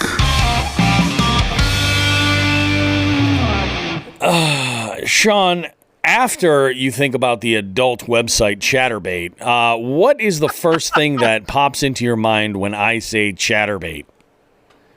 The adult website. I'm sorry, it never leaves. Once you're there, you're never leaving. It's like Hotel California. I'll get out there eventually. You and I really opened a can of fucking worms with this one. I thought when I Yeah, told you definitely. this, you're like, okay, we're gonna do this, Yeah. huh? Well, the one that started it all, the original Chatterbait, Yep. obviously a mainstay of fucking tackle boxes everywhere. Oh, for sure. I'll give my history on it real quick Yep. if you don't mind, and then we'll Go talk for about it. what kind of damage you've done with these things. Mhm. Now, when they first came out, I really was kind of taken aback by them. I'm like, what does this thing do? All right, it looks like a bass jig, and it does this. I mean, is something going to hit this with this amount of vibration? Then I started using them. Yep. And I think I told the story, man, going way back. The first episode I first did, the database started in 2009. When I got to 2012 and I had to make evaluations on what I wanted to start keeping and not keeping, the Chatterbait was my biggest question mark, because I'd only caught like 10 fish over 3 years on it, but they were all fucking They were all bigger than big. 16 or 17. Yeah, I'm Yeah. like, what is this? Like, what do I do with this? Because I was going for numbers, and I kept them, and I'm glad I did. So my original Chatterbaits back in the day, I kept one in white. I kept one in black and blue, and that was pretty much it. Yeah. Obviously, the color palette, even for the original models, has expanded. Oh, yeah. And I use heavier ones now. But I mean, really a chatterbait. Who is not using a chatterbait at this point? If you've got any sort of a motion bite on, if those fish are fired up, pre-spawn, nighttime. Yep. I mean, where can I start with a chatterbait? They're a staple of a tackle box at this point. At this point now for me, I also keep only a couple of colors. I keep 3. Yep, that's usually what I do for most baits. Yeah, I keep 3 colors. Yep. A lifelike baitfish one, actually 2 lifelike baitfish ones, and I keep a really dark one. I keep a black and blue. Yep. And I've really resorted to this point to just using paddle tails with them. I like Kitex. I use Kitex for trailers, and on occasion I have, and then actually this was like one of my habits was I used a trailer hook with a Mr. Twister split double tail on them for years. Oh yeah. Especially at night, those things were deadly. And for whatever reason, I just stopped using the split double tail and moved on to paddle tails and have had just as much, if not more, success. I use them constantly. I use them in the spring. I use them in the rain. I use them at night. Yep. I anytime I want that vibration, especially in the rain, and in the wind, if I even think I'm getting some sort of a motion bite, I'm using. I have switched over a little bit. Yep. I don't use the originals anymore. I do use the elites, and the only real difference is painted blades and painted heads. The heads are a little bit different. It's not just a straight black head. Yep. It's whatever, if it's for example, they have a hickory shad one, and that's like gray on top and some white with black, like little tiny, I don't know, polka dots underneath. I think a hint of red. Yeah. That's the difference between the elite and the regular model. Obviously, the jackhammer out there, a lot of people use those. The cross-eyed, people are using those as well. The cross-eyes are good. And then there's a weedless one too. Yes. That they do as well. And it's hard to find. And now the big buzz is that micro chatterbait. Correct. That's huge. People love that bait. Yep. And obviously with any lure, you're always going to have companies are going to come out with their version of a lure. It just happens. So yeah, just wanted to say on the side, I do use 2 other bladed jigs. I have used and continue to use the Thunder Cricket from Strike King. Yep. All right. Before that, I was using the Pure Poison. That was their precursor to the Thunder Cricket. And then I also use when I'm in Minnesota and going for big pike and hell, I've caught bass in 30 feet with these things. Yeah. But I use, this is so stupid. I use a 1 ounce Picasso shock blade. Oh yeah, you told me about that. Yeah, that is a big fish lure. And for whatever reason, like that's the only place I'll use the Z-Man Razor Shad as a trailer for that. I don't know why. The fish in Minnesota love those. Really? Yeah, they'll hit the Kitex, but there's so many pike involved, they'll tear them to shreds. Those the Z-Man ones last a lot longer. So the Z-Man, yeah, I mean shit. Yeah, Z-Man, it's a Laztec. Is that the one with the vertical tail? Yeah, it looks. Yeah, it's just like it's almost like a segmented swim bait. Yeah. Okay. Yeah, gotcha. Razor shads. Yeah, I can't get them to bite in the Northeast. Yeah. The minute I go out in the Midwest, they're all over them. So take that as you will. But it's a big fish bait. Yeah. It's such a big fish bait. They respond to it well. You can do a lot with it at this point. They've really replaced spinnerbaits for me.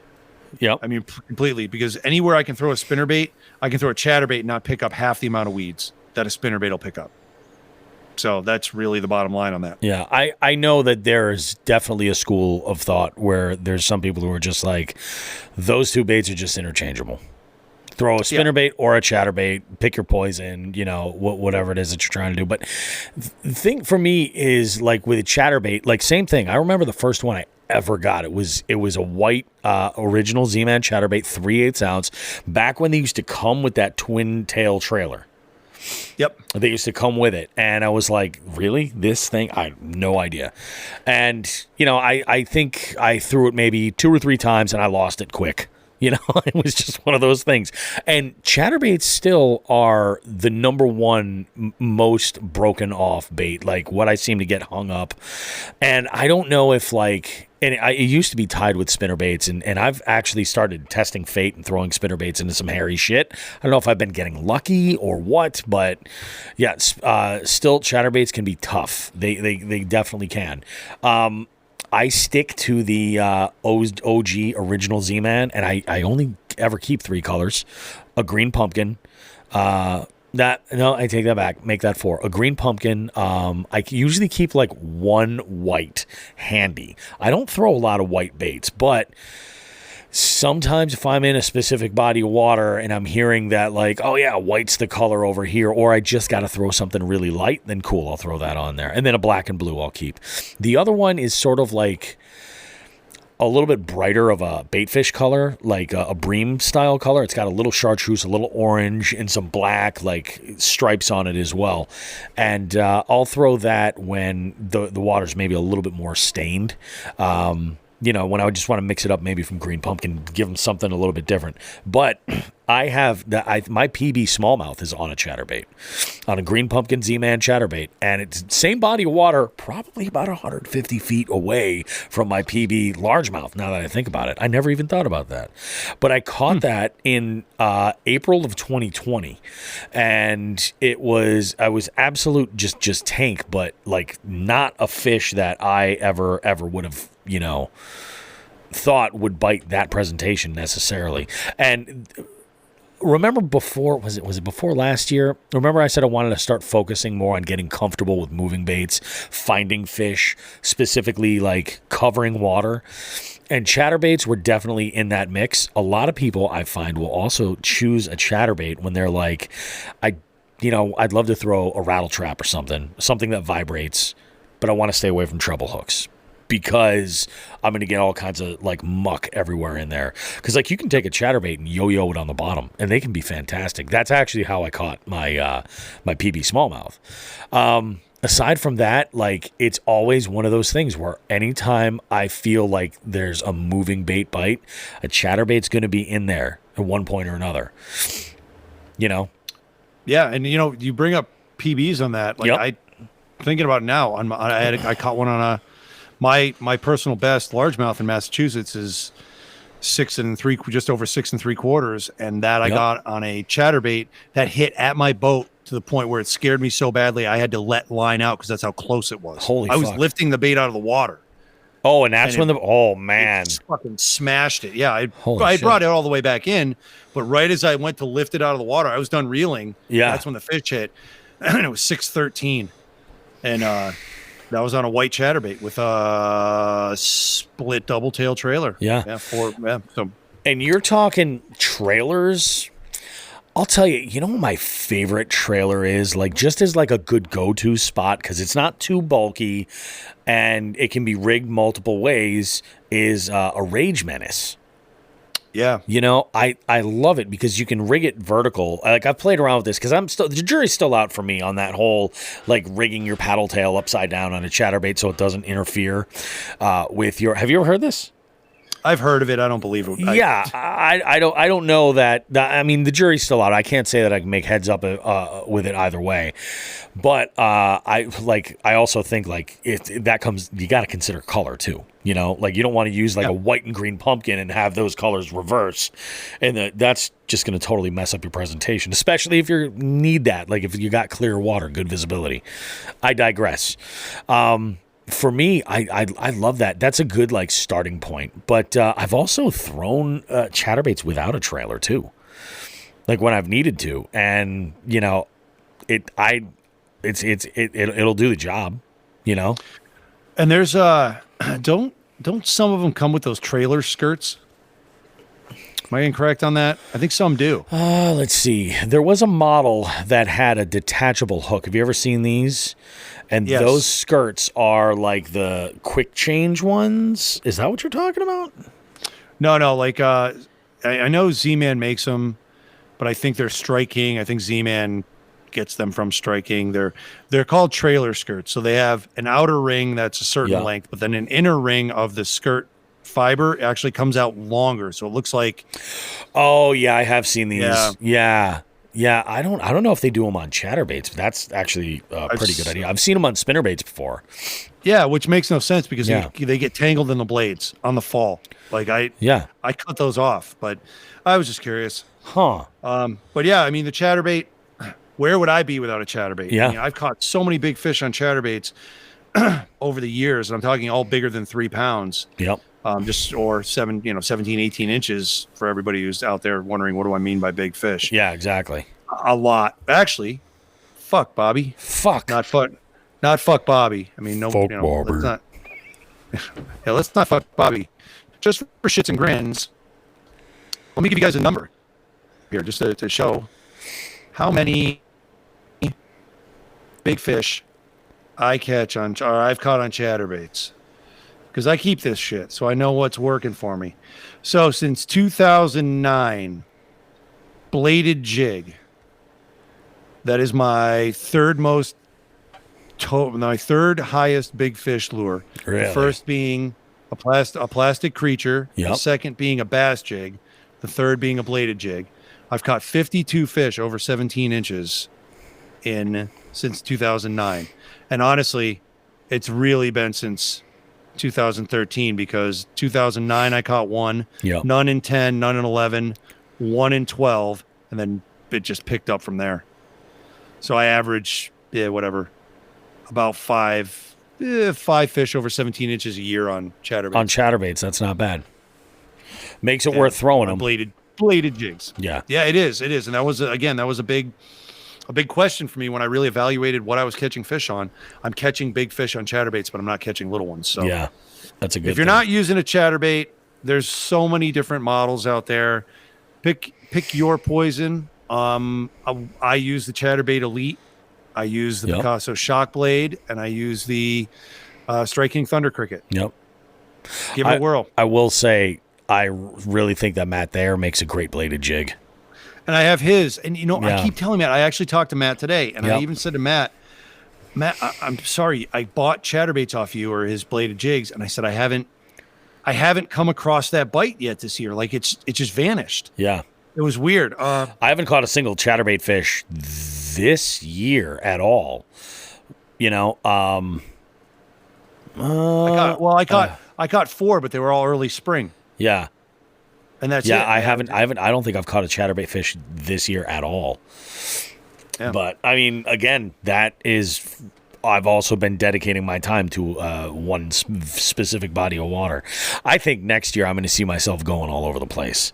In fact, we're coming into the part of the year where I need to start planning what next year's trips are going to be because I want to get a minimum of 3. 3 trips, head out, fish with, folks that listen to the show, folks that have been guests on the show, folks that we're waiting to have be on the show. Get out there and make some shit happen. But yeah, I'm in the process of figuring out what exactly I'm doing next year for a big trip, but I have a feeling it's going to take me through the Midwest. We're going to see more to come on that, but we'll see what I can do. But yeah, get a chatterbait. The nice thing is they sell them at Walmart. They do. You can get them everywhere.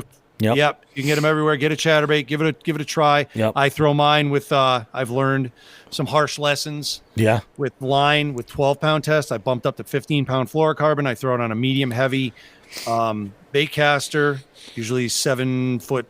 I think mine are 7 foot or 7.1. 7 foot, I believe. Medium heavy, fast action tip.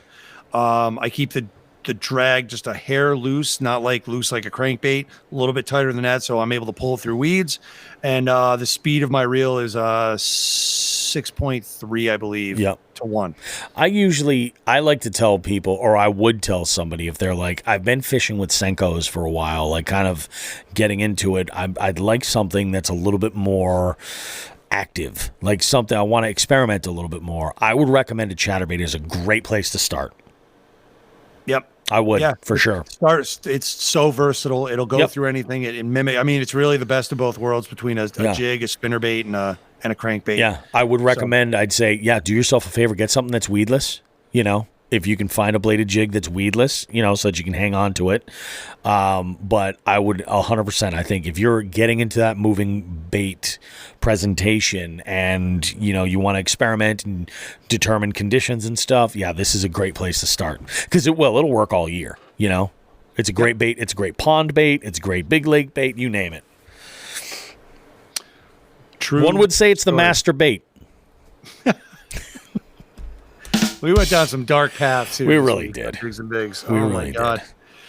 Let's go ahead. We'll wrap this sucker up. Wait, no. Yeah, that's it. Bait of the week. That's it. Yeah, bait of the week. We'll go ahead. We'll wrap this one up, guys. We have in our next segment, we got Dylan and we've got Ray, two local young anglers going out there, getting at it, man. And I'm stoked for them. They're great, great kids. And we're going to talk with them, and then we're going to wrap things up at the end of this show here for you guys. Don't go too far. Much more Jigs and Bigs coming up right after this.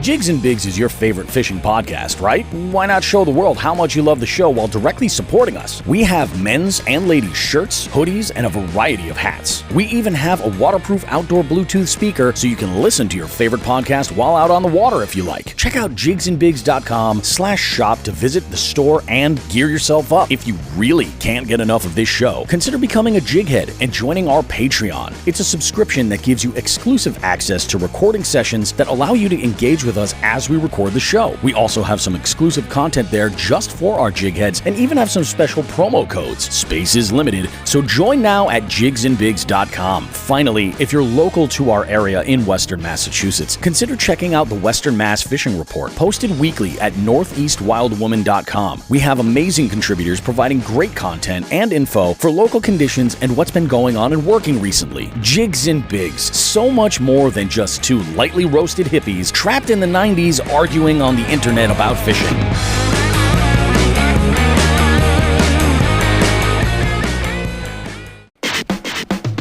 Hey guys, what's up? Bobby Roast Beef here for another interview segment on Jigs and Bigs, and I got a twofer. I got Dylan and Ray with me, and you may have heard me mention these guys an episode or two ago. I had bumped into them at a local fishing spot that I frequent regularly, and they had approached me and said, "Are you Bobby?" I guess they had seen the Jigs and Bigs sticker over at one of our local bait shops, and so we got to talking. And these dudes can fish. They're young guys, but they can catch them. So we figured we'd have them on. Dylan, Ray, how you guys doing, man? How's everything? Pretty good, man. Awesome. Yeah, everything's going well. Very nice. Very, very nice, man. You guys been getting out there at all, like this week? Not since we saw you, no. Yeah, I was out today. Yeah, I was out today, and it was rough. This is the warmest it's been all week, but we're supposed to get a pretty nasty cold front, I think, on Friday night. So we'll see what happens, but man, it was tough. After I saw you guys that day, I went out, and the spot that I had mentioned to you that I was going to go hit, I got on like 5. It was great. Yep. It was just I don't know if it was just the time or just finding them in the right spot, but man, it was just awesome. Got on a good jig bite. I mean, I got them on some swim baits. It was great. Nothing of real quality. Like I think my 2 biggest were 13s, but that's it. Yeah. So let's go ahead and dive into it, guys. I love an origin story, so we'll start there. Tell me about how you discovered fishing, who it was that kind of introduced it into your life. Kind of walk me through the sort of the path that got you guys here to where you are, to where you've got some stuff on YouTube, you've got some stuff on Instagram as well. We'll kind of just like explain that whole story. Why don't we start with you, Dylan? Alrighty, so I started fishing a long time ago. My dad's a big fisherman, so he would always bring me when I was young. But at that time, I didn't really like it that much, so I would just play in the streams while he was trout fishing. Yep. And, man, that would make him upset. Let me tell you that. But after a while, I guess it paid off. It got me into fishing. Started bass fishing probably 3 years ago, probably. Yep. Nice. Yeah. And fishing private lake when I first started bass fishing, and I was in love with it. First bass on a Seiko, in love with it. That's awesome, man. It's all it takes. It really is all that it takes. Yeah. Now, when did the YouTube channel come into play? Was this a goal, something that you were kind of working towards, or just something that you started? How do we get there?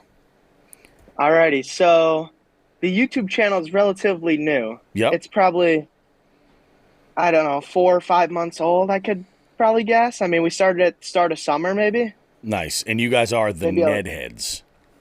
Yep. I the love it. Netheads. I love it. We got a pretty small following now. I mean, it's not large, probably 400 something Hey, it's subscribers, but that's what it's all about, man. Little baby steps, bit by bit, and that's how you build a Yep. really good following, you know? yeah. So we don't do a lot of real videos. We're working towards it, but we thought Yep. it would be better to gain our following doing shorts, YouTube shorts, Oh, because of how many gotcha, people yeah. watch them. Yep. So we started doing YouTube shorts, some of our ice fishing videos were getting a pretty decent amount of views, like 10, 11, 12K views. Really? That's But, awesome. Yep. So, yep, we do all types of fishing, bass fishing, everything. Yep. Now But we just thought, you know what, we both fish, so might as well make a YouTube channel out of it, see Yeah, how why the that hell goes. not? I'm looking at Dylan. I'm looking at your Instagram right now. I mean, just in the top 6 picks, you've got a muskie, you've got 3 bass, a muskie, you got a bowfin, a big freaking bowfin. Like that's a thick freaking bowfin. That was through the ice too. And what is this here? Is this a brookie? It is. That was Yeah. a pin brookie. Nice. That's not bad, man. Not bad at all. Nice job. So let's talk, Ray. Let's talk about your origin story. How did you get into it? What was your road here, and how did you guys connect?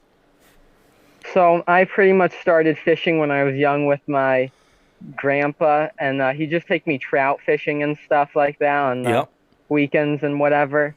And then eventually I'd watch some videos on YouTube, start to like bass fishing, and then honestly I didn't catch a whole lot of fish, but then freshman year I met Dylan because we go in the same shop at Pathfinder, which is our high school. Shut up. And You then guys, from there on out, you guys are Pathfinder kids? we are. Yep. I Electrical. graduated from Pathfinder in 95. Did you really? Yep, in 95. Electronic shop. Yeah, Oh. we're in electrical. Nice. That was my backup plan right there was electrical. That was my second choice. That's awesome, man. Nice. Good for you guys. I'll tell you what, Pathfinder has turned around a lot since I've been there. Like it's hard to get in now, you know? Like it is. Yeah. There's a demand. It's crazy. Good for you guys. So go on, Ray. I didn't mean to interrupt you. Oh, no problem. So, and then I met Dylan, and then instead of picking up like only the crankbait whenever I went out, I started using more like jigs and Yep. Ned rigs, those finesse techniques, and that's when I really started to catch fish. Mm-hmm. So I guess Dylan's really that guy who pushed me into, becoming, successful at fishing now. Oh, So, definitely. Yeah. That's awesome, man. I love it. I love when I see, like, it's strange. Like, and I mean, you guys are probably too young to like figure out this pattern, but there is I've noticed mainly through interviewing so many people, that there's this sort of pattern that people follow where they'll be into fishing young. You know, they get into it like with either family or, close friends or just as a group of their peers. They discover it, they get into it. And then like right about the time when you get into like high school or like your last couple of years of high school into college, people put it down a lot, and I find it's always interesting when in their lives people pick it back up. And then I look at like a guy like Sean, my co-host on the show. Sean never put it down, and it shows. You know what I mean? Like he stuck with it all the way. Like wherever he was, whatever he was doing, he was fishing. He's been all over the country. So there's if there's a regret that I have, it's that I ever put it down in the first place. It was a lot of years I wasted. I only started fishing again when I was in my mid-30s, That was it. And I mean, I feel like I'm so behind the ball, but then I talk to people and a lot of them are in the same exact boat. They put it down for a while, then they just kind of came back to it. As far as like your preferences for getting out there to fish, like what types of bodies of water do you guys prefer? Are you more into like bigger bodies of water, larger lakes that you can break down, like, or dedicate a big chunk of time to, a section at a time? Are you more all about pond hopping and getting around in one local area to a bunch of different ponds? Or are you guys just dudes that are just hungry for current? Like it's got to be flowing water. Everything. Yeah. Everything. Yeah. Everything. Yeah. I think in our area, especially, like you have to be open to everything, you know? Yeah. Yeah. Yeah, it really, really, really does make a difference. Like getting out there and not being intimidated by, you know, some current, or at least being willing to experiment and, you know, and learn from it. Because it's like, you know, we got a ton of ponds locally, but I seem to think like in as far as like big, like really large bodies of water, you got to drive a little bit. You know, there's Congamond and stuff, and that's a pretty decent sized body of water. You know, in Quabbin, but like, I mean, you know, real big bodies of water, you got to get in the car and put a little bit of some miles on. Let's talk confidence baits. Ray, you mentioned crankbaits.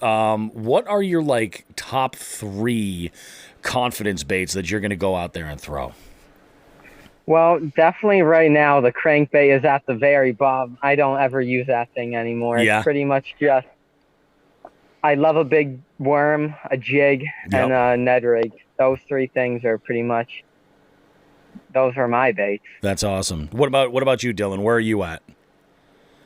Man, where I'm at's jigs, Ned rigs. I mean, I like big worms. Raymond's been throwing a lot more than I have. Obviously, that's shut down since then. Next year, I want to throw some big swim baits, but I brought a few jigs here. I made this jig here. Oh, that's it's a football awesome. Jig. Nice. Right here. I made it. I got all my pouring stuff, but I made a few. But I've also been getting into some big swim baits because, you know, I was ready. I brought some stuff to show. Sure, absolutely. So I wanted to throw this 8-inch Huddleston Rainbow Trout ROF 12 right here. Yep. So I wanted to throw that around a little bit this year. Yeah. I was thinking when it got a little bit colder, that'd be a good time to throw it. Oh, yeah. I got a few mag drafts here. These are just small 6 inches. So for the swim bait world, that's nothing. Oh, yeah. I got a ROF 12 small perch here. I got one of those perch. That's a 6-inch deluxe. Yep. Yeah. And I got the this is the Arashi Glide. Oh, yeah. Oh, it's a popular bait. A lot of people get in. It is. That and the River to Sea S Waver are like usually people's first sort of step into glide baits. I mean, I've got, do I have an Arashi? I have both, an Arashi and an S Waver. There you go. I got an S Waver right here. Yeah. So that's because they're cheap, and let me tell you, they work. Yo, definitely they work. That. Oh, for sure, man. I mean, that's why I would assume to be some people's go-to when they first start out big swim bait fishing, especially an S Waver. You get a 168, you could throw it on a jig rod. Oh, yeah. You don't have to get a special setup to throw it on. It's true. A good starting bait. And there's something about those soft plastic swim baits with a jig style hook that, like, you know, you can just, there's so much you can do, especially like you're talking getting into it for the very first time. Like there's so many bluegill style swim baits, and for our area, that's a great place to be. Whether it's a glide or it's a plastic, you know, with like, and some of them are like pretty freaking weedless. You know, that hook is buried in between the fins, and it works out great. It's a great way to kind of build your confidence throwing those big baits. I got to work on that myself, but we'll get there eventually. I love, and I'm interested to see what your take on this, being younger guys, and also probably being a little bit more dialed into like some of the trends in fishing.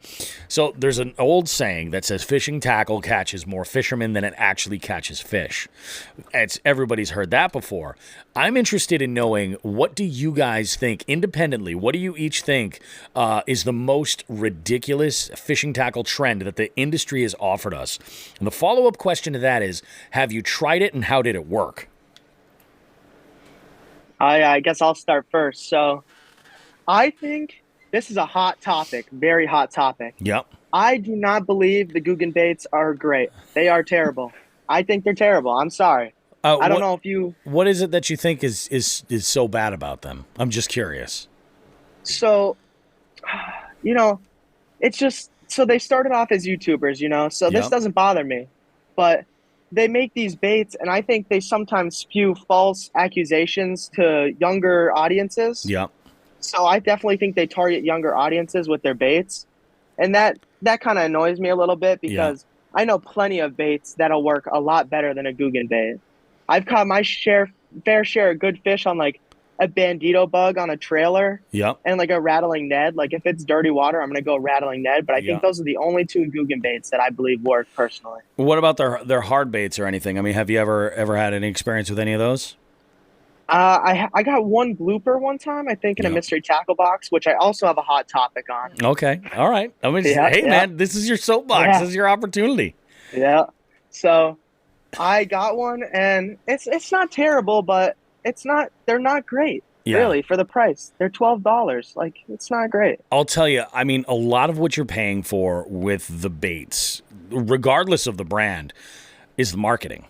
You know, a lot of the time, I think that comes into play in a major, major way. Because a lot of these baits are using similar components. You know, some of them are really like stepping it up and going like a step further. But I feel like everybody's got their favorites, you know? We had a conversation like a few weeks ago, maybe even a month ago, about in our Bait of the Week segment, we were talking about specifically Zoom Super Flukes. But like a fluke and a stickworm, it's one of those things where I just feel like you're going to have your favorites for whatever reason. You might even have multiples, you know? But it's just like, you got to just kind of like, there's personal preference that goes so much into what you're throwing. And also, like, you nailed it with their promotions. And, you know, I don't care what a bait company says or who tells me that, oh, this is the bait, this is what catches fish. Every bait catches fish. It does not matter. Absolutely. You know what I mean? It really doesn't matter. And you know, there is, you know, there's a YouTube channel that I used to watch all the time, Marling Baits. Yep. And I'm familiar with him. Yeah, there's one of his videos where he takes just a small block of wood and puts hardware into it and makes a crank out of it and catches fish on it. And he's like, hello, you know, like it blows my mind. And some people, they get so fired up about it, but I get it. Absolutely. Like, you know, it's all good. What about you, Ray? What do you think? What do you think is the most ridiculous trend?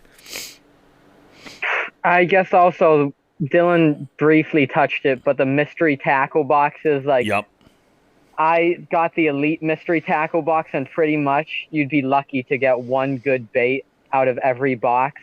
Like, most of those things I'm never going to use, or it's 6 crankbaits and then one off-brand, like, Cabin Creek brand of soft plastics or something like that. Like whatever they had lying around? Yeah, pretty much. Like, I don't know how, it was like $60 or something like that per Elite box, and I got a year's worth of that, and it wasn't even close to worth it. Yeah. Like, at least me and Dylan, we used it most of the time before we made our own, the cheapest jigs on the market, and those would catch more fish than anything I'd ever get in those boxes. It's funny. I mean, I know they work. Yeah. Well, and that's the thing. I don't think it's so much that, like, you know, first off, I think if somebody's ordering like a box thinking like, oh, I'm going to get all these baits and they're going to be the perfect baits for what I need to throw in these conditions, you're living in a fantasy land. Yeah. I think that there's like with the subscription boxes, and it doesn't matter what one it is, though I do think that there are some that are better for certain people. Like it all depends on what you're looking to do. Like I remember when I first started fishing and getting into throwing artificials, I started with one that was called Tackle Grab. And same idea, you pay like $30 a month or something like that for it, and they send you a box, and it's got X amount of baits in it, and, you know, you go ahead and use them and try them. And the whole reason why I started with that is that I was the guy who would go to, like, my local big box store thinking I'm going to buy some baits, and, you know, I was going to use this, and this. And I had no real idea about technique or or where to even like make the call of like, this is what I should buy for the gear that I'm throwing. You know, for what I've got to use, this will work for it. Like I had no concept. So like if you're starting out and you're just like, hey, I wanna get started. Yeah, that's a great idea. You know, you get, you know, what you usually get like 6 to 8 baits in like the pro level box for MTB or something. Yeah. And which is great because it gives you just enough to try stuff. And, you know, that ultimately, I think at that point, that's the best you can get. You know, just try it. Fill the box with stuff that you know, you'll discover something along the way, and you're going to be like, oh, this works. I love it. That's actually how I got into throwing jigs. I threw so many Texas rig soft plastics, almost religiously, you know, and then I was just mystified by the jig. And then one day I just said, I'm just going to put this in my hand and throw it till I get bit, and we'll see how it goes. And that was a game changer. It was actually where you guys saw me. I got bit there with an absolute giant, and I was like, okay, so I think we made a believer. But it's wild. Like with the boxes, there's some kind of stuff. The one that I do give a big pass to is the 6 Sense box. The 6. I like 6 Sense baits. Me too. I like them. Yeah. I mean, I like everything. I think to me it doesn't matter. To me, a stick bait's a stick bait, a jig's a jig. Like, I mean, there's nobody's putting pixie dust in any of their baits to make them magical or anything like that. It's just it's lead, metal, rubber. It's, you know, whatever the case may be. But like the 6 Sense stuff, the reason why I like what they offer is that it's the newest releases, you know, and some exclusive stuff that you're getting, but you're all getting that one brand. And I think that if you like that brand, that's a good move for you, you know, because then you can try something and then you'll say, yeah, maybe this isn't for me. Maybe it didn't work. But I don't know. That's just me. I'm with you though with the just the subscription boxes alone. I think that if you're subscribing to a box isn't necessarily, unless you're, you know, intentionally just looking to sample new stuff. Have you guys ever looked into Dark Horse tackle? I have not. Nope. It's interesting. Like it's more of they aim it toward, well, I think they call it like not like craft tackle, but like locally made, more independent owners, not the big box stuff. So the stuff that you receive is very unique. Like I got my favorite buzzbait in my entire tackle bag from them. I got my favorite tube jigs from them, and there was a lipless that I had some real great luck with, but I broke that off after a huge day, so that kind of sucked. But, you know, it comes with the territory. And, that's what I mean. There's, every box kind of has something that's different. You just got to find the right fit, you know, and if it's going to fit for you. Let's go ahead and we'll jump back into these questions here. The one thing that I love the most about fishing, and I'm sure you guys going out fishing together on, an absolute garbage day on the water where they're just not biting, it could be an amazing day if you're with the right people. You know, you turn that around and it can be amazing. So why don't you guys tell me, each of you, your top 3 list of people that you would love to fish with or fish with again, and they could be living or dead. It doesn't matter. They could be celebrities. Does not matter. Raymond, you could start first. All right. Well, I mean, I guess Dylan's probably the one dude I really fish with every chance I get. Yep. So, I mean, him. And there's really no big celebrities I would really care to fish with. I mean, it'd be cool to learn from a lot of them. Sure. But it just, I mean, pretty much Dylan's the only guy I fish with, and just the way we fish together, it's just comfortable, I guess. It's easy.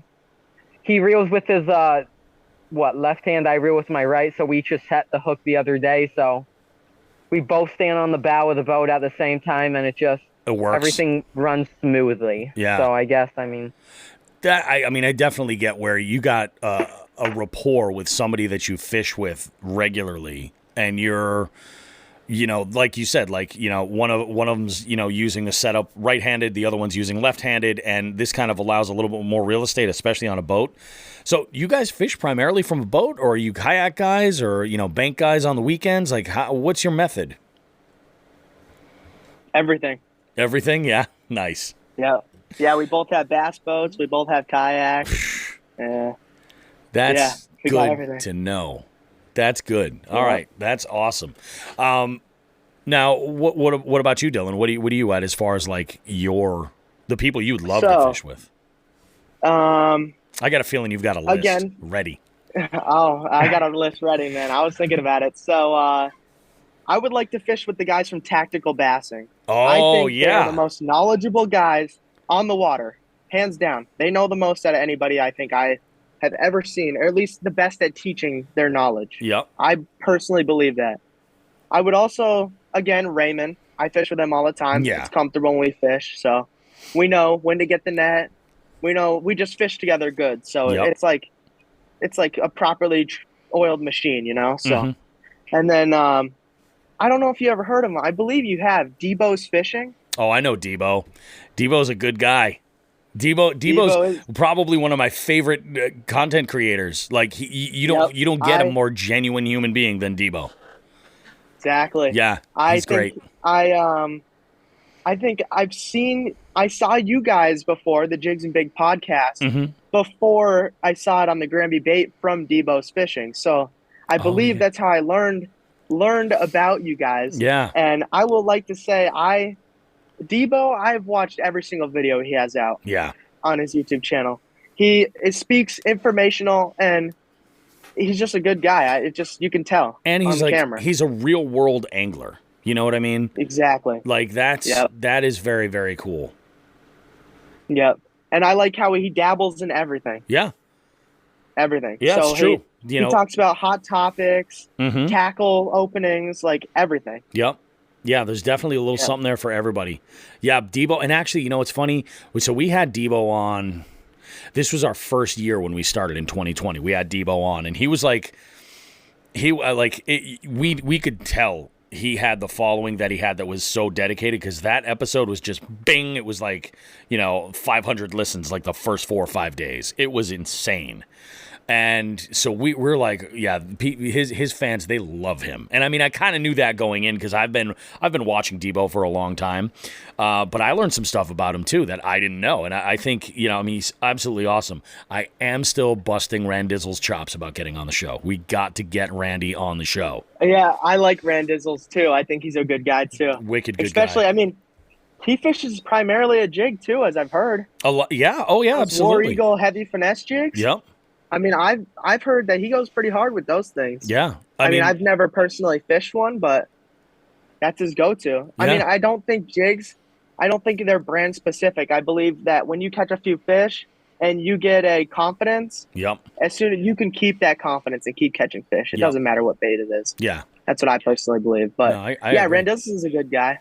Yeah. He's a good guy. I've never met him or spoke to him personally, but I've seen his stuff and him on Debo's Fishing, I follow him both on Instagram, so he's pretty good too. They're both good guys. That's awesome, man. I've always said, like, if I get out to Iowa where they're out, I gotta fish with those guys. Have to fish with those guys. Like, unbelievable. Like, great people. They're doing. I mean, the content's amazing. I also love that Debo doesn't get into any of the BS or anything like that. I think that's pretty awesome. Let's talk as far as, so do you guys listen to music when you fish at all? Like, especially on the boat? Nope. No? Okay. Never. All right. So the way we fish is I catch a lot of big fish for a reason, I believe. We are very quiet, stealthy. Yep. Stealth is huge. Not recently though, like the last month of fishing. Not recently. We've been just having fun messing around, but if I'm fishing properly and I'm trying to catch a big bass, stealth, no music, no headphones. Yep. I'm not talking. We're quiet. We're just waiting for that big bite. Yeah. So with that said, what are you guys listening to on the way to the water to get hyped up?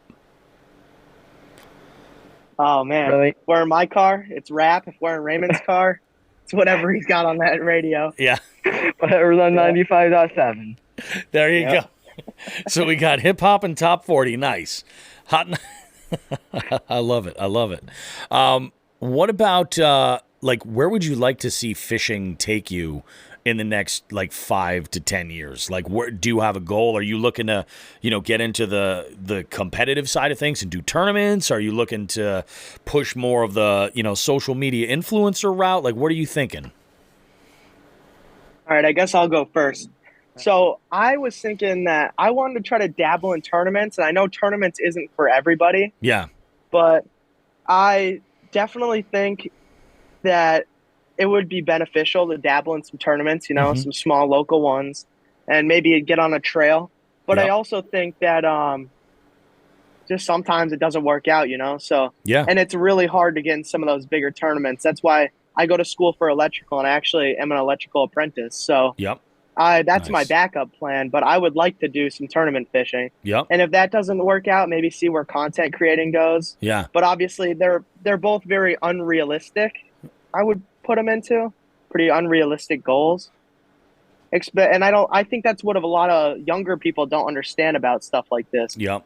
It's not very realistic. Your chances are very slim. So what's kind of crazy, and so Sean and I talk about this stuff all the time, is there is this almost like divide that a lot of people think of, like, oh, I'm gonna fish, I want to bring my fishing to, we'll use the phrase the next level, like, not just out there being a weekend warrior, going out having a good time, catching some fish, taking some pictures, maybe sharing them with your friends and stuff, but maybe taking that like to the next level in terms of content creation and or tournament fishing. And the reality of it is that with the way things are sort of working now, and we've tried to drive this point home a lot, that even like we have gotten to be in some good company with some really accomplished tournament anglers in really all over the country, and a lot of those guys forget the importance of social media, because in order to be successful in tournaments, in order to make it so that you can afford to do that stuff, sponsorships are huge, and you got to take good care of your sponsors. So people have to know who sponsored you, and what's going on. So that having that together, you look at a guy like Brian Latimer, right? Jacob Wheeler. These are two guys that are doing it right. You know what I mean? Who is it? Was it Jason Christie? I just stumbled on his content and on YouTube, and I'm like, this guy's channel is great. There's really good quality content there, but at the same time, these are names that are well known in the bass tournament world. So it's like. I agree with you. Like, you got to have a backup plan. Like, you got to have a day job. You know what I'm saying? Exactly. For sure. Yeah.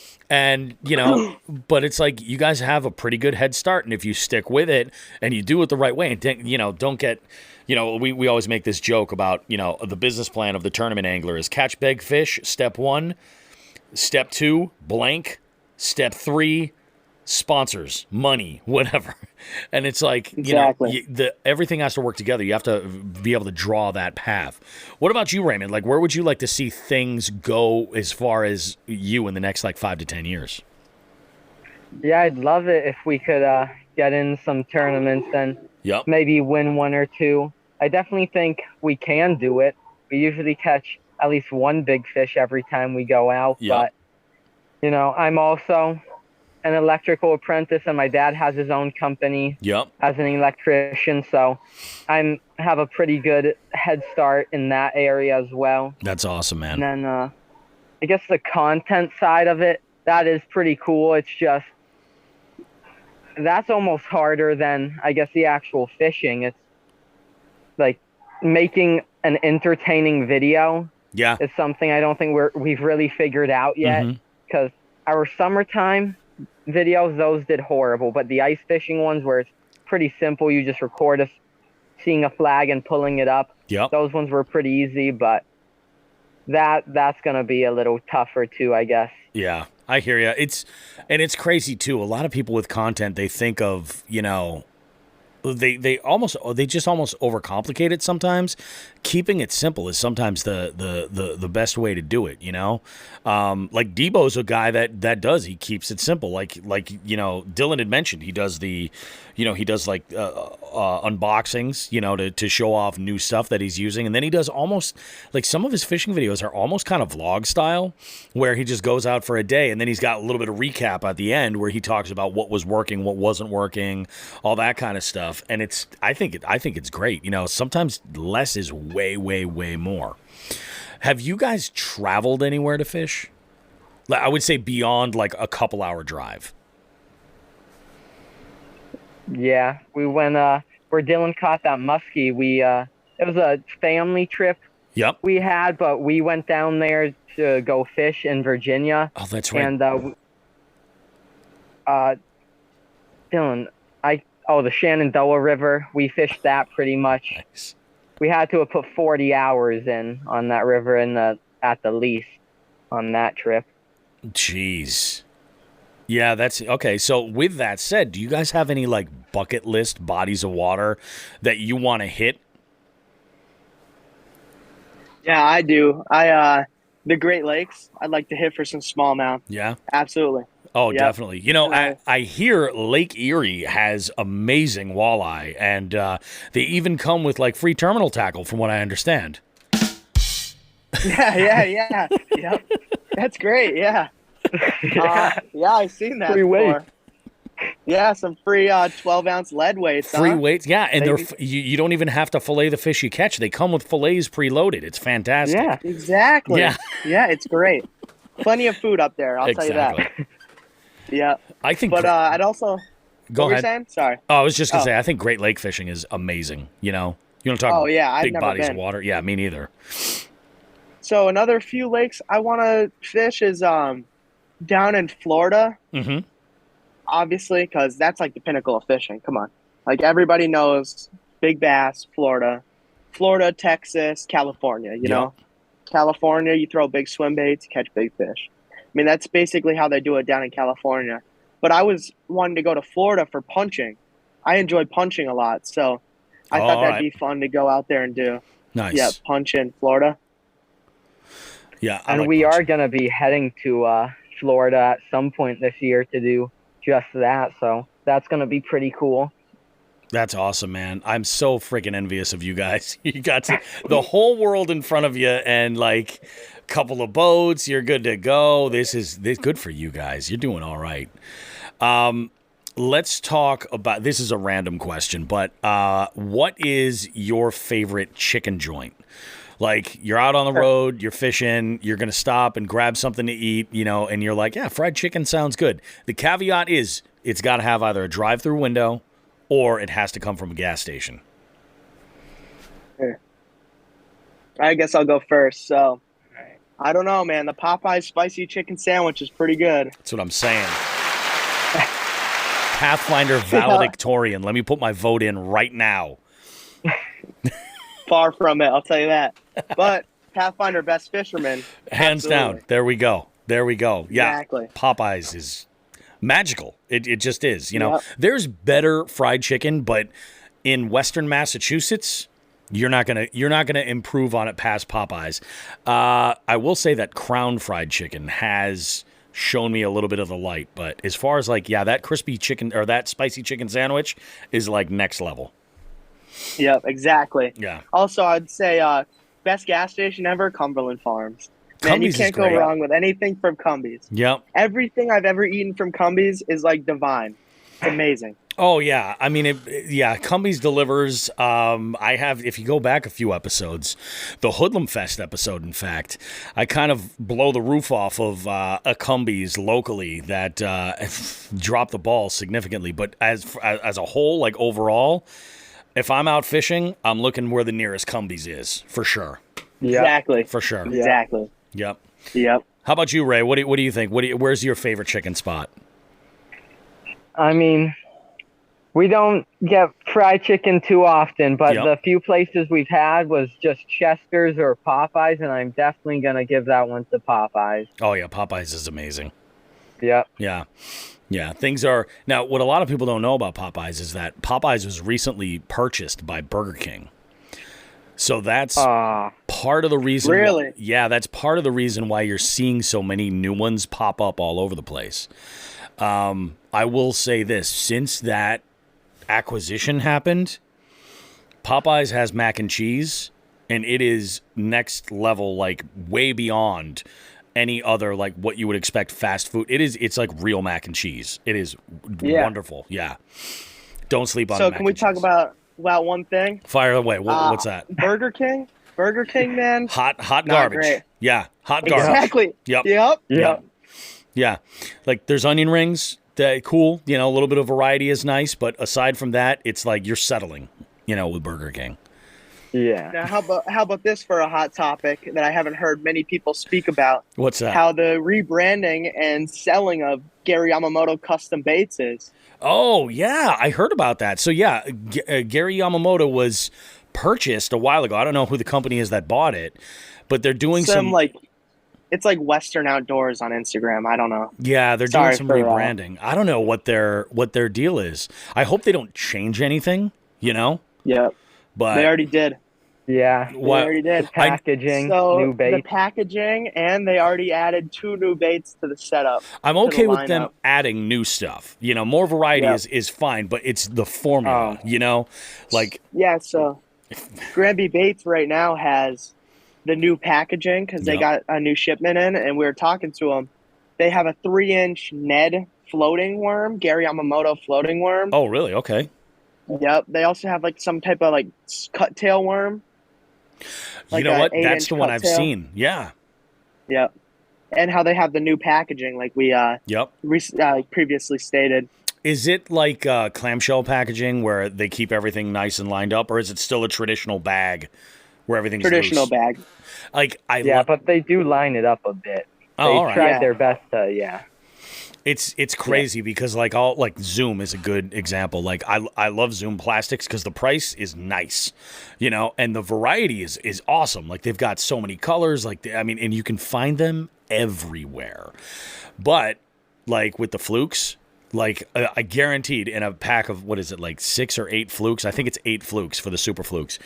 You know, guaranteed there's going to be 2 of them that you need to like lay out in the sun so they soften up. So you can straighten the tails out because they're just going to end up with kinks in them and stuff like that. I hate the packages that you get, like 6 Sense Plastics to do this. I mean, I still love them, like the Stroker Craws, where they have like that plastic clamshell on there. It just makes it such a pain in the ass to go and get each one, and then you can never get them to lie down straight to close it and put it back. So like I end up, you know, like pinching a claw from a craw maybe in the snap. I'm like, son of a bitch, that thing is, you know, it's never going to run the way it was intended to. Exactly. Yeah, man, that's nuts. When you guys are going out, what's your typical rod and reel arsenal look like? I mean, I'm sure that's going to change based on if you're bank fishing or actually, let's walk down it that way. Tell me what your bank fishing setup would be generally, and then what your kayak fishing would be generally, and then when you're on the big boat, are you just bringing everything because you can? So I'll answer first. So when I'm on the big boat, I'm bringing everything. Yeah. You never know what you're going to run up against. I'm with you. When I'm bank fishing, I actually brought a few rods, you know, just to show. Nice. Right now. So when I'm bank fishing, I'm bringing like a spinning rod. This is the Fentwix HMX. Yep. Pretty nice spinning rod. I picked this up recently with a broken tip that I repaired. That's just awesome. Just a broken guide. Yeah. And that's a Fluger President on there. Great Classic. budget spinning reel. Classic spinning reel. Yep. Amazing. Yep. And then if I'm bank fishing, I'm bringing a spinning reel and then a bait caster. This is just St. Croix Bass X with a Lew's Tournament Pro. Yep. On it. Nice. And I also, what was that? What are your what's the gear ratio on that bait caster you're throwing? That's a 6-8 to 1. There you go. 6-8 to 1. Yep, 6-8 to 1. And then for my jigs, I mainly throw. I don't know if you probably have the brand Kistler. Oh yeah, Kistler. Some people love their stuff. I think it's pretty great, but they're pretty pricey. That's a Kistler Helium right there on a SLX DC. Yep. And like I said, I'm a lefty. That's my main jig rod. That's a 7'1" medium heavy, and that's a 7.3 to 1, I think. Yep. Oh yeah. Yeah. That's my main setup. And obviously, when I'm on the boat, I'm bringing more. You're bringing it all. When Yeah. when I'm kayak fishing, I mainly bring 3 rods or 4, depends on where I'm going. Mm-hmm. Because my kayak I had was one of those cheap green sun dolphin ones. I called the green bean. Yep. Gets the job done, And though, right? Yeah, I drilled holes in the back to put rod holders, and I put my backpack in the thing and strap it over. Yep. But recently, we were at a local spot, and we paddled all the way down the river, and I realized my kayak had a hole in it from dragging it. Oh, yeah. So I'm like frantically paddling up as my kayak's loading up the water. Slowly starting to sink, and you're taking on water. That sucks. Yeah. Oh, man. Yeah, that was the Ware River Reservoir. Oh, yeah. It's up in Springfield, that little kayak drop-in spot there. River. Not many people know about. Yep. Yeah, Chicopee River. Oh, yeah. Yep. That's a good spot. Few people know It about is. That place gets hammered. Yeah. It does. What about you, Ray? What's your general arsenal kind of look like? Pretty much, I really only use one rod most of the time. Yep. Just it's like might be a little bit more than 7 foot medium heavy Mojo Bass St. Croix. Yep. With the Dorado DC on there. That's 6.4 to 1 or 6.8 to 1, something like that. Whatever they come in, but pretty much I could just use that thing for everything. Yeah. But if I'm going on the boat, same as Dylan, bringing everything. Bring it all, yeah, for sure. If you've got the space, definitely. It's funny, like when I got my kayak, my first kayak, I was just like, oh yeah, I'm going to be in the kayak all year round. And then I realized, I'm like, no, that's not really going to happen. Especially because I will fish until I will fish open water until I physically can't. Like, we have to have ice before I'm done, Yeah. So I will be out there. The last fish of 2021 that I caught was on New Year's Eve. We didn't have ice. And really? I was in New Year's Eve. It was a big, chunky yellow perch where I saw you guys. And so I noticed seasonally what I'm carrying on the bank will change. So in the dead of summer, I'm always going to have a spinning combo with me. I'm always going to have a spinning combo. There's just, I may finesse down. I might throw a drop shot. I might throw something weightless, a Ned, something like that. But I'm always going to have that with me no matter what, for the most part. Then what I'll do is lots of times I'll bring a 7 foot medium heavy, which is kind of like the Swiss Army knife of bait casters, like you can throw a bunch of different stuff on there. And then depending on the body of water, I have a 7'3" medium fast that I'll throw like more moving presentations on. I'll even throw like weightless soft plastics on there, like weightless Senkos and stuff like that, Texas rigged, because it's light enough to be able to do it, if I need to. And what's nice is then I can have a drop shot rigged on my spinning combo, so it gives me more finesse options. And the oddball one is my frog combo, because it's a 7'11" Phoenix feather. And it's so unbelievably light, so freaking unbelievably light. But I will take that with me in the summer. Or if I'm fishing like a shitload of grass and I need to, I want to throw like a swim jig and like run it through. Like I'll throw to that braid or something like that. So I'll find I'm always when I'm on the bank trying to minimize what it is that I'm carrying to get the most versatility out of it. And it's... So sometimes I might make a bad call and say, oh, yeah, you know what, I'm going to bring this jerkbait rod or something like that, and I'm going to use this. Although that one rod has proved in the last couple of years to be way more valuable. That 6'10" medium heavy, unbelievable. So, that's just, how like that's for me. But like even on my kayak, if I can get away with bringing everything, I'm going to do it. Just in case, Let's talk about... Oh, this is so good. So Sean loves this question, all right? And it's another gear question. So Sean and I were coming out in the Jigs and Bigs, white van. We got Metallica cranking out the windows. We're coming to pick you guys up, and we're going to an unnamed tackle shop, right? And we're going to a body of water that's to be determined. The conditions, who knows? You can take the Jigs and Bigs corporate card and build like your dream versatile combo. All right, we want to know what the rod is, what the reel is, and what you're putting on there for line. You can use every bait in your tackle box, too. All right, Raymond, you can go first. All right, I'll let you have time to think on this one. So I guess starting off, just 12-pound fluorocarbon for the line. Yep. That's all I need. And then try just a medium-heavy bait caster. Yep. Even on my Corrado DC, I could get away with throwing a Ned rig if I have to. Yep. I'd obviously want to go a little lighter on the Ned rig, but if I have to, I'll go up. Yeah. But I love my bait caster. Me and Dylan last year threw a lot more finesse baits than we did this year. Yeah. This year we pretty much only threw jigs, but my bait caster, that's all I need. What with your let's talk as far as Neds go.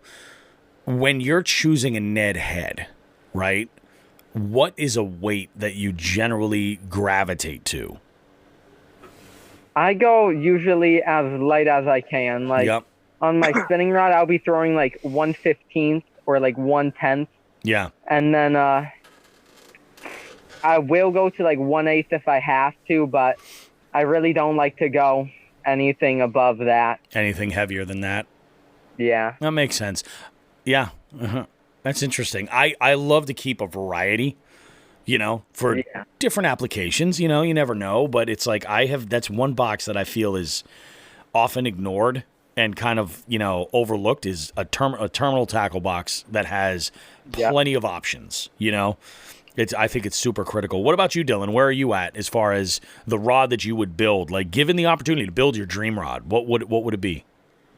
So I think I'd be buying a few jigs, obviously. Yep. Black and blue and green pumpkin. Yep. Can't go wrong with that.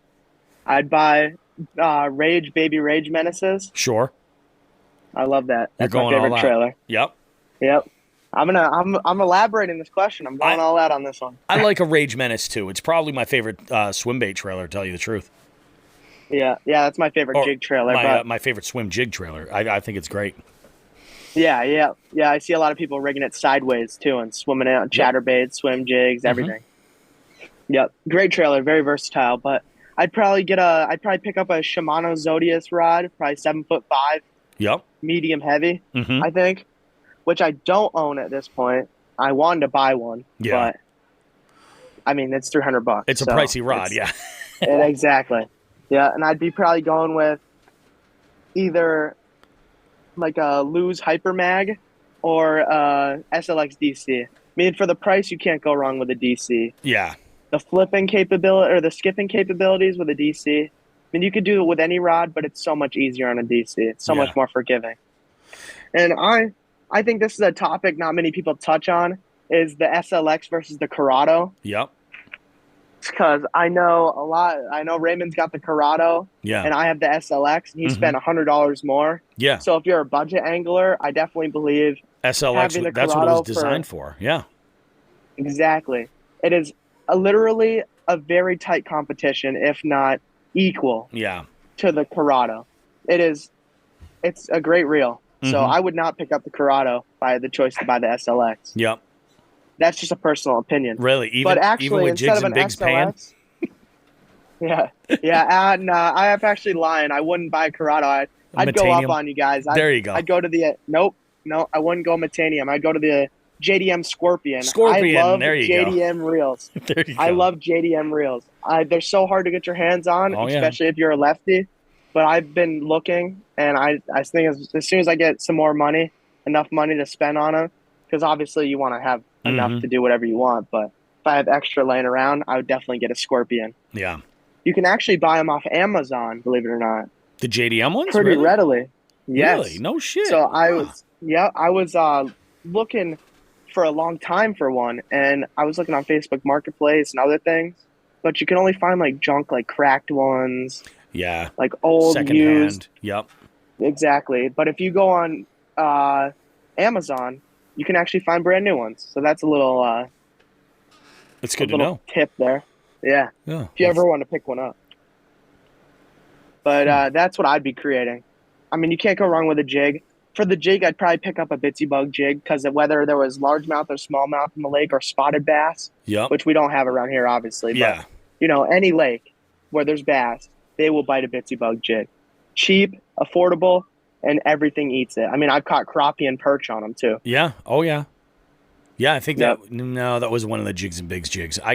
Probably the biggest yellow perch I ever caught in my life. I caught on a black and blue jig, a half-ounce black and blue jig, and it was a body of water that I did not realize I was trespassing at the time, and it makes sense now. I'm like, oh, these fish have probably seen very few artificial baits, if any, and I couldn't believe this fish just hammered this jig. Yep. Unbelievable. And the first time I ever fished a jig too, which I didn't get to touch on when you were talking about it, was actually at the same exact spot I met you.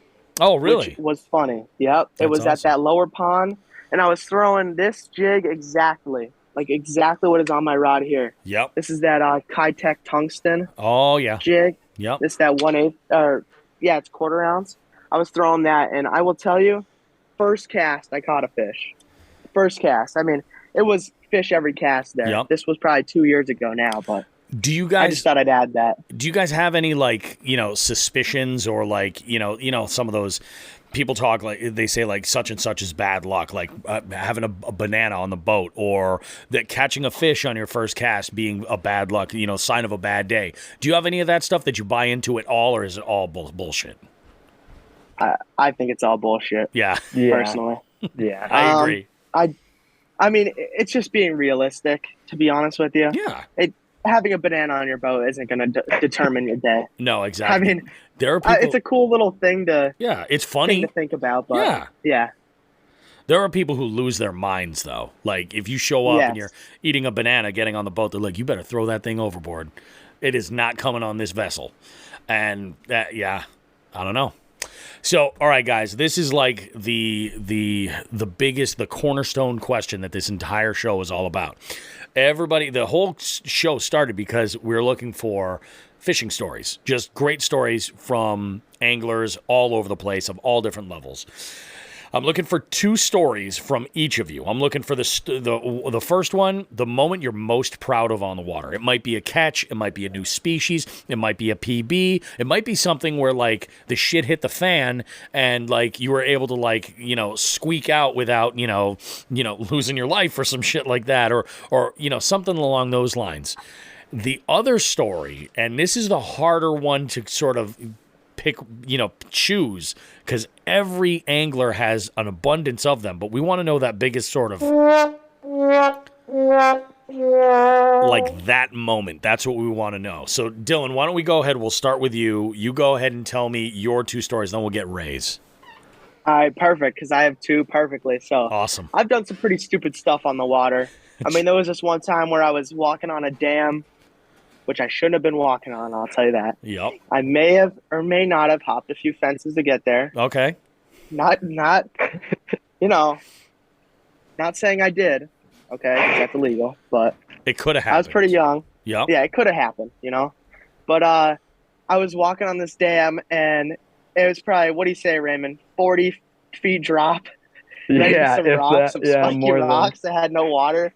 And I was walking with these water boots on, and I kicked a huge metal stake coming out of the water, and I almost fell in and died. Holy crap.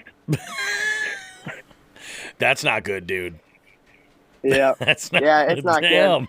good. I've since wisened up from then. I wouldn't not really, say that. But you live risky. I just am a lot wiser, I guess, now. Yep. I don't do as dumb things. Yeah, I mean. But the biggest catch I'm proud of is which you talked about on the show. Yep. Was my muskie. Oh yeah. It was Shenandoah. It was a place called Shenandoah Lake. I'll name drop it. Yep. If you live in Shenandoah, everybody knows about it. Sure. It's a lake that is, it's small. It's like real small. It's like probably the size of the pond that we met you at. Really? Think about that. Yep. Maybe a little bit larger, but not that much larger, like a tiny little bit larger. Huh. So people in there haven't caught muskie in there for a pretty decent time. Like they have caught them on and off, but not as big. Like 2 years ago, I think somebody caught one bigger than the one I caught. Mine was 44 inches, I believe.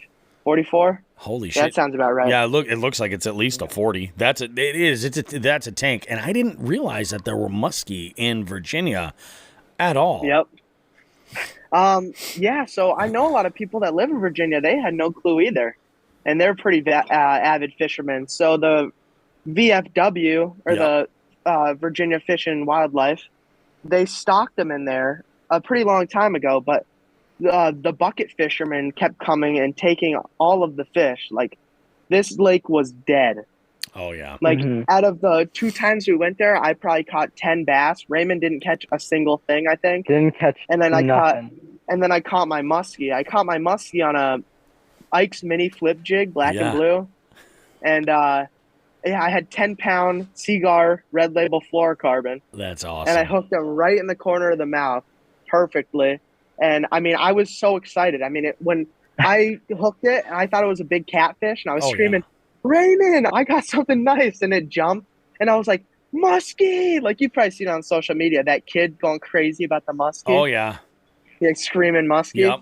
I was doing that at first, and then it jumped. And when Raymond turned around, he said it probably jumped 4 or 5 feet out of the water. That's so yeah, it's well over your head. Jumping, yeah, like over my head. It was incredible. Kayak. And you were in the kayak doing this. I was in my little green 10-foot Sun Dolphin kayak, 10-pound and I was holding test. my rod like this, and it was pulling me around the lake like I was walking a dog that was insane, like a rabid dog. That is just absolutely wild. Exactly. Like, yeah, and so I got him in, and I couldn't believe it. I never thought I'd catch a muskie within the last 5 years. I mean, people haven't caught them out of there that big in 2 years, and the place is fished out constantly. So it's an extremely fished body of water. I went on Fish Brain and posted it, and it had like 200 likes in 5 hours, and people asking, like, they were saying they fished there for 10 years and haven't caught a muskie. That's crazy, because it is. Like, they call it the fish of 10,000 casts. People chase them. They dedicate their lives to catching these things, and that's an absolute giant, man. Yeah. I think... In what, 2 hours? Yeah, I fished there for 2 hours, probably took 50 casts. That is freaking bananas. That is absolutely nuts. Now, what about you, Ray? What are your 2 stories? So, I guess probably my biggest fishing fail was we were at Lake Arcadia. Yep. Oh, yeah. And it was pretty early. Like, the water was still really cold. And on my back cast, I hooked my rod, bright orange rod, and chucked it into the lake. But we could obviously have hooked it because that place was crystal clear. Oh, yeah. But instead of doing that, I dive out of the canoe to try and dive the rod. And then I kept my other rod in my hand, so then I had to swim like the 50 yards to shore. And I almost flipped the canoe with all our gear in it. Oh, my God. But luckily, Dylan saved it from flipping. I don't know how he did it, but he did it. Leaned into it. that was my biggest fail. Almost killing us. Yeah, and he almost drowned, too. Because it was so cold. Yeah, it was freezing. What time of year was it? Xfinity rod. Yeah, $100 combo. I think it was early spring. Oh, like, yeah. Early spring. That's dangerous, man. Hell yeah, I wouldn't fool around with that at all. Damn. Now, what about the moment that you're most proud of? I guess that's probably going to be my PB. Yep. I mean, I'm proud it's my PB, but, you know, I caught it on a crankbait, and crankbait just at Forest Lake in Palmer. And that place, like, I've never caught a bass over 12 inches before I caught that one. That was 6 1/4. So that's my biggest. And, like, it was just a full moon. I almost didn't even go out, but one of my friends, like, my sister's friend wanted to go kayaking there that night because it was a full moon or whatever. Oh, yeah. So I decided I'll go for the 30 minutes or whatever, and ended up catching my PB. So that's, I guess, my most biggest accomplishment. That's awesome, man. I mean, you know, and I've said it before, you get into fish that are legitimately over 5 pounds. You know, the 6-7 pound clubs, stuff like that, and beyond. And I mean, there are giant largemouth in our area. They're just not exactly easy to find, you know?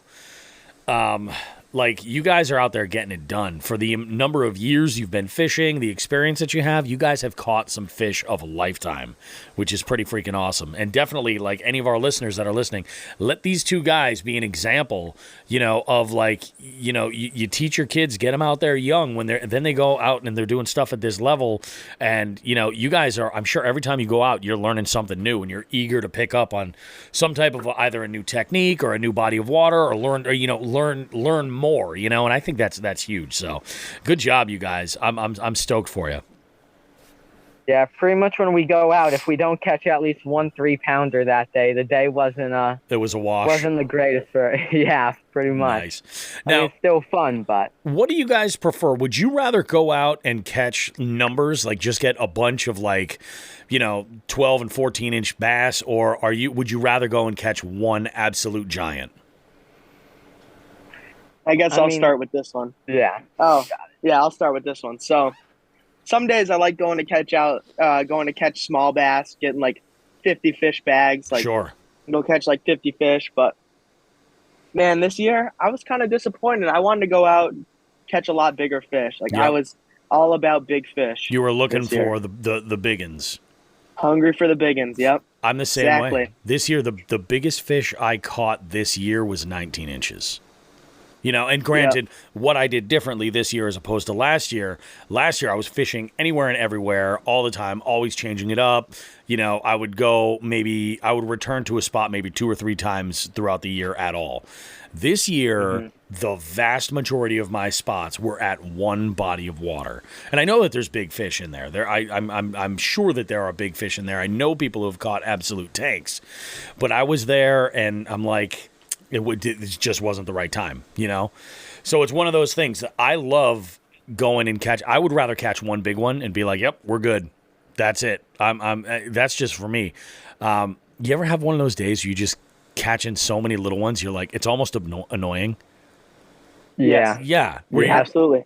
Like, you're like I've been out there where, like, all they would bite was a fluke, and I'm whipping that around, and it's getting bit, like, every cast, every other cast, something like that.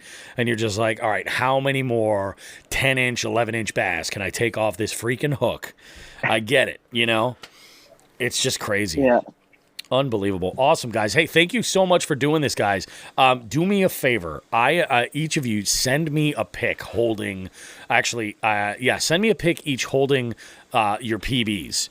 Either, you know, and Dylan, if you want to send that musky one, I'll use that. And what I'm going to do is I'll use those images for the artwork on the show. I'll put them together on the artwork for when on Apple Podcasts and Spotify. So that's what everybody's going to see. But this was absolutely awesome, guys. You guys go ahead and keep at it because you're making it happen. That is awesome. I'm psyched for you. Thank you so much for doing the show, guys. I appreciate it.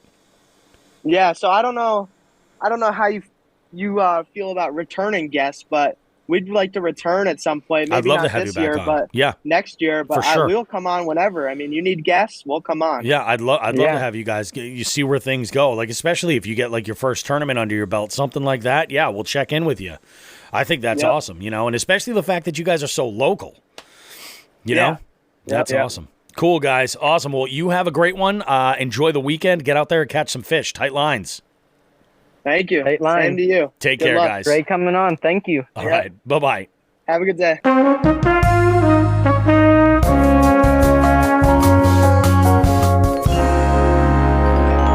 I'll tell you, it does so much good for my soul when I talk to a couple of young anglers like that. So unbelievably fired up about fishing. Those guys, they're awesome. I wish them nothing but the best. Go check out their YouTube channel, all their socials and stuff. When we share this, we're going to link all of that stuff for you guys to check it out. So, good show, man. It feels good to have a good, well-rounded program for these people. You know? The feedback's going to be, why do you fucks keep talking about food? We're listening for fishing. All I want to know is how to throw a Tokyo rig, and now I'm starving. Now I know what an arepa is. You've enriched people's lives. You know what I'm saying? Man, it's a good feeling. It's a good feeling. Oh, that's why this is a fucking weird-ass worm. Oh, man. Now, I got a bunch of these old plastics here, and I'm like, I don't know why I just refuse to, like, this one, I should just toss this. It's a paddle tail that met an untimely end from a pickerel, I'm sure. I don't know why. I mean, I don't know why you have it. There you go. To play with it. I guess. Gross. Sometimes when my kid's cat comes down here, I'll throw plastics at her. All right. These are the things that I do at the show. You guys, this is behind the beef curtain. Well, hey, behind the beef curtain, the Bobby Roast beef story. I got a good story here. We're gonna laugh at this. I think I told you, but the crowd, the one, the three people that are listening to this that stuck around for the end of the show, they'll have a kick out of this. So, on my son's soccer team, one of my oldest son's classmates, his father is a veteran and does some fishing, and I actually threw the offer out. I was like, I knew he had a fishing trip 2 weeks ago, or not this weekend, the last weekend, and he was going up for some salmon. And I don't know what lake they went to. I believe it was upstate New York somewhere that has landlocked salmon. I said, listen, you get a salmon and you want to save some of that, you want to do a little trade. I said, I have some triggerfish. We can trade. He said, okay, but they didn't end up getting any salmon. Yeah. A lovely story. I don't know how the conversation veered this way, but he said, oh, it was a big one that got away. And I just happened to blurt out, it was a baby fucking wheel. And he looked at me or you did? I did. You did. Awesome. I said that. And he looked at me blankly and I said, you don't know what I'm talking about? He goes, no. I said, oh, this is great. A couple guys from Boston a couple of years ago ran into a sunfish, a mola mola, and there were some comments made and a video was made of it. And these guys were famous for 3 weeks and it was wonderful. Yeah. Oh, it was great. And then I showed him a video of Jay. Jay says it's a fucking sea turtle. Fucking love it. So that video is awesome. I just revisited that. When did that come out? 5 years ago? When did that video surface? 4 or 5 years ago? Yeah, no, longer than that. I think it was probably like 2014. Holy shit. Yeah, it was quite a while ago. Wow. Hang on a sec. I gotta play this. Oh shit, Jay! Holy shit! Oh my god, look at this thing! I forget that I have that as a buzzer for trivia. What is that called? Oh my god, Jay. Oh, maybe I'll use that. I mean, Holy shit, Jay! Would you look at this thing? I mean, I'm not going to be at trivia this week, but next week Scott may try to get up early. Perfect. So we can get some trivia in and have a nice relaxing day of fishing the next day. We'll find out. That's going to be awesome, man. I'm looking forward to that. I'm also looking forward to Max as well. Oh my God! I'm assuming that's what we're doing for Max. We really we're doing for food. I know we didn't talk about it. Well, we'll do something. We'll figure it out. Yep. Honestly, I don't give a shit if it rains that day. We don't go fishing. I know. We're gonna fucking eat 2 meals. That's it. Yeah, put it on the Jigs and Bigs account, huh? Yeah. That's it. Sir, this is a cocktail napkin from our own bar. What? The baby fucking wheel. Holy shit, Jay. We are witnessing some shit. Oh, it's so fucking good. It's so stupid. There are people. They really are. They are our people. Oh, man. I'm done. I'm tired. Let's go to bed. I'm toast. Guys, thank you so much for sticking around for this show. We really, honestly, you're the main reason why we slap this sucker together week after week after week for you guys. We hope you enjoy it. As always, if you could, leave us a review over on Apple Podcast if that's where you're listening, or give us a rating, a star rating on Spotify. Spotify is our #2 most listened. Check that out. Give us a rating or review, and as always, you can always get in touch with us over on Instagram if you have a question, something like that. If you'd like to suggest a guest as well, please get in touch. I'm all about that for sure, and I'm serious about traveling this year, guys. If you're out of the New England area, you want to try to plan something, and we'll we'll head out to your place, kind of like what we did in Maryland. We'll record an episode after a day of just killing it on the water. See what happens. We'll leave the kidney stones out of the element, though. Let's forget about that. We'll record an episode, get into some sleepy tobacco, whatever we got to do. Whatever we got to do, we'll make it happen. What is it? Is it black market Russian Viagra? Is that what he was peddling? Yes, peddling. I think so. Peddling, pummeling. Yeah. Anyway, I've said too much. You guys have yourselves an amazing week. Get out there and catch some fish. It's fall, y'all. The season is not over yet. There's still some biggins to be caught. Go out and get them.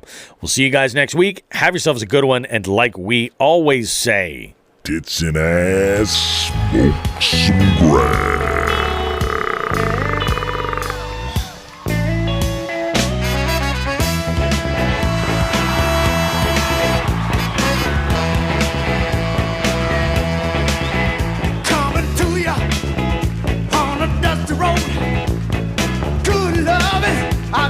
Truckload, and when you get it, you got something. So don't worry, 'cause I'm coming. I'm a soul man.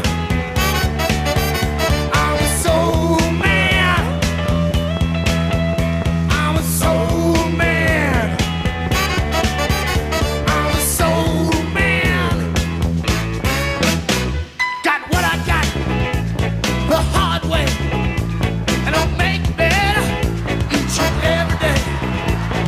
So honey, don't you fret, 'cause you ain't seen nothing yet. I'm a soul man. I'm a soul man. Play it, Steve. I'm a soul man. I'm a soul man. Ha! Listen, was brought up on the side street. Learn out love. Educated from good stuff. When I start loving, I just can't stop. I'm a soul man. I'm a soul man. I'm a soul man. I'm a soul man. Well, grab the rope and I'll pull you in. Give you hope.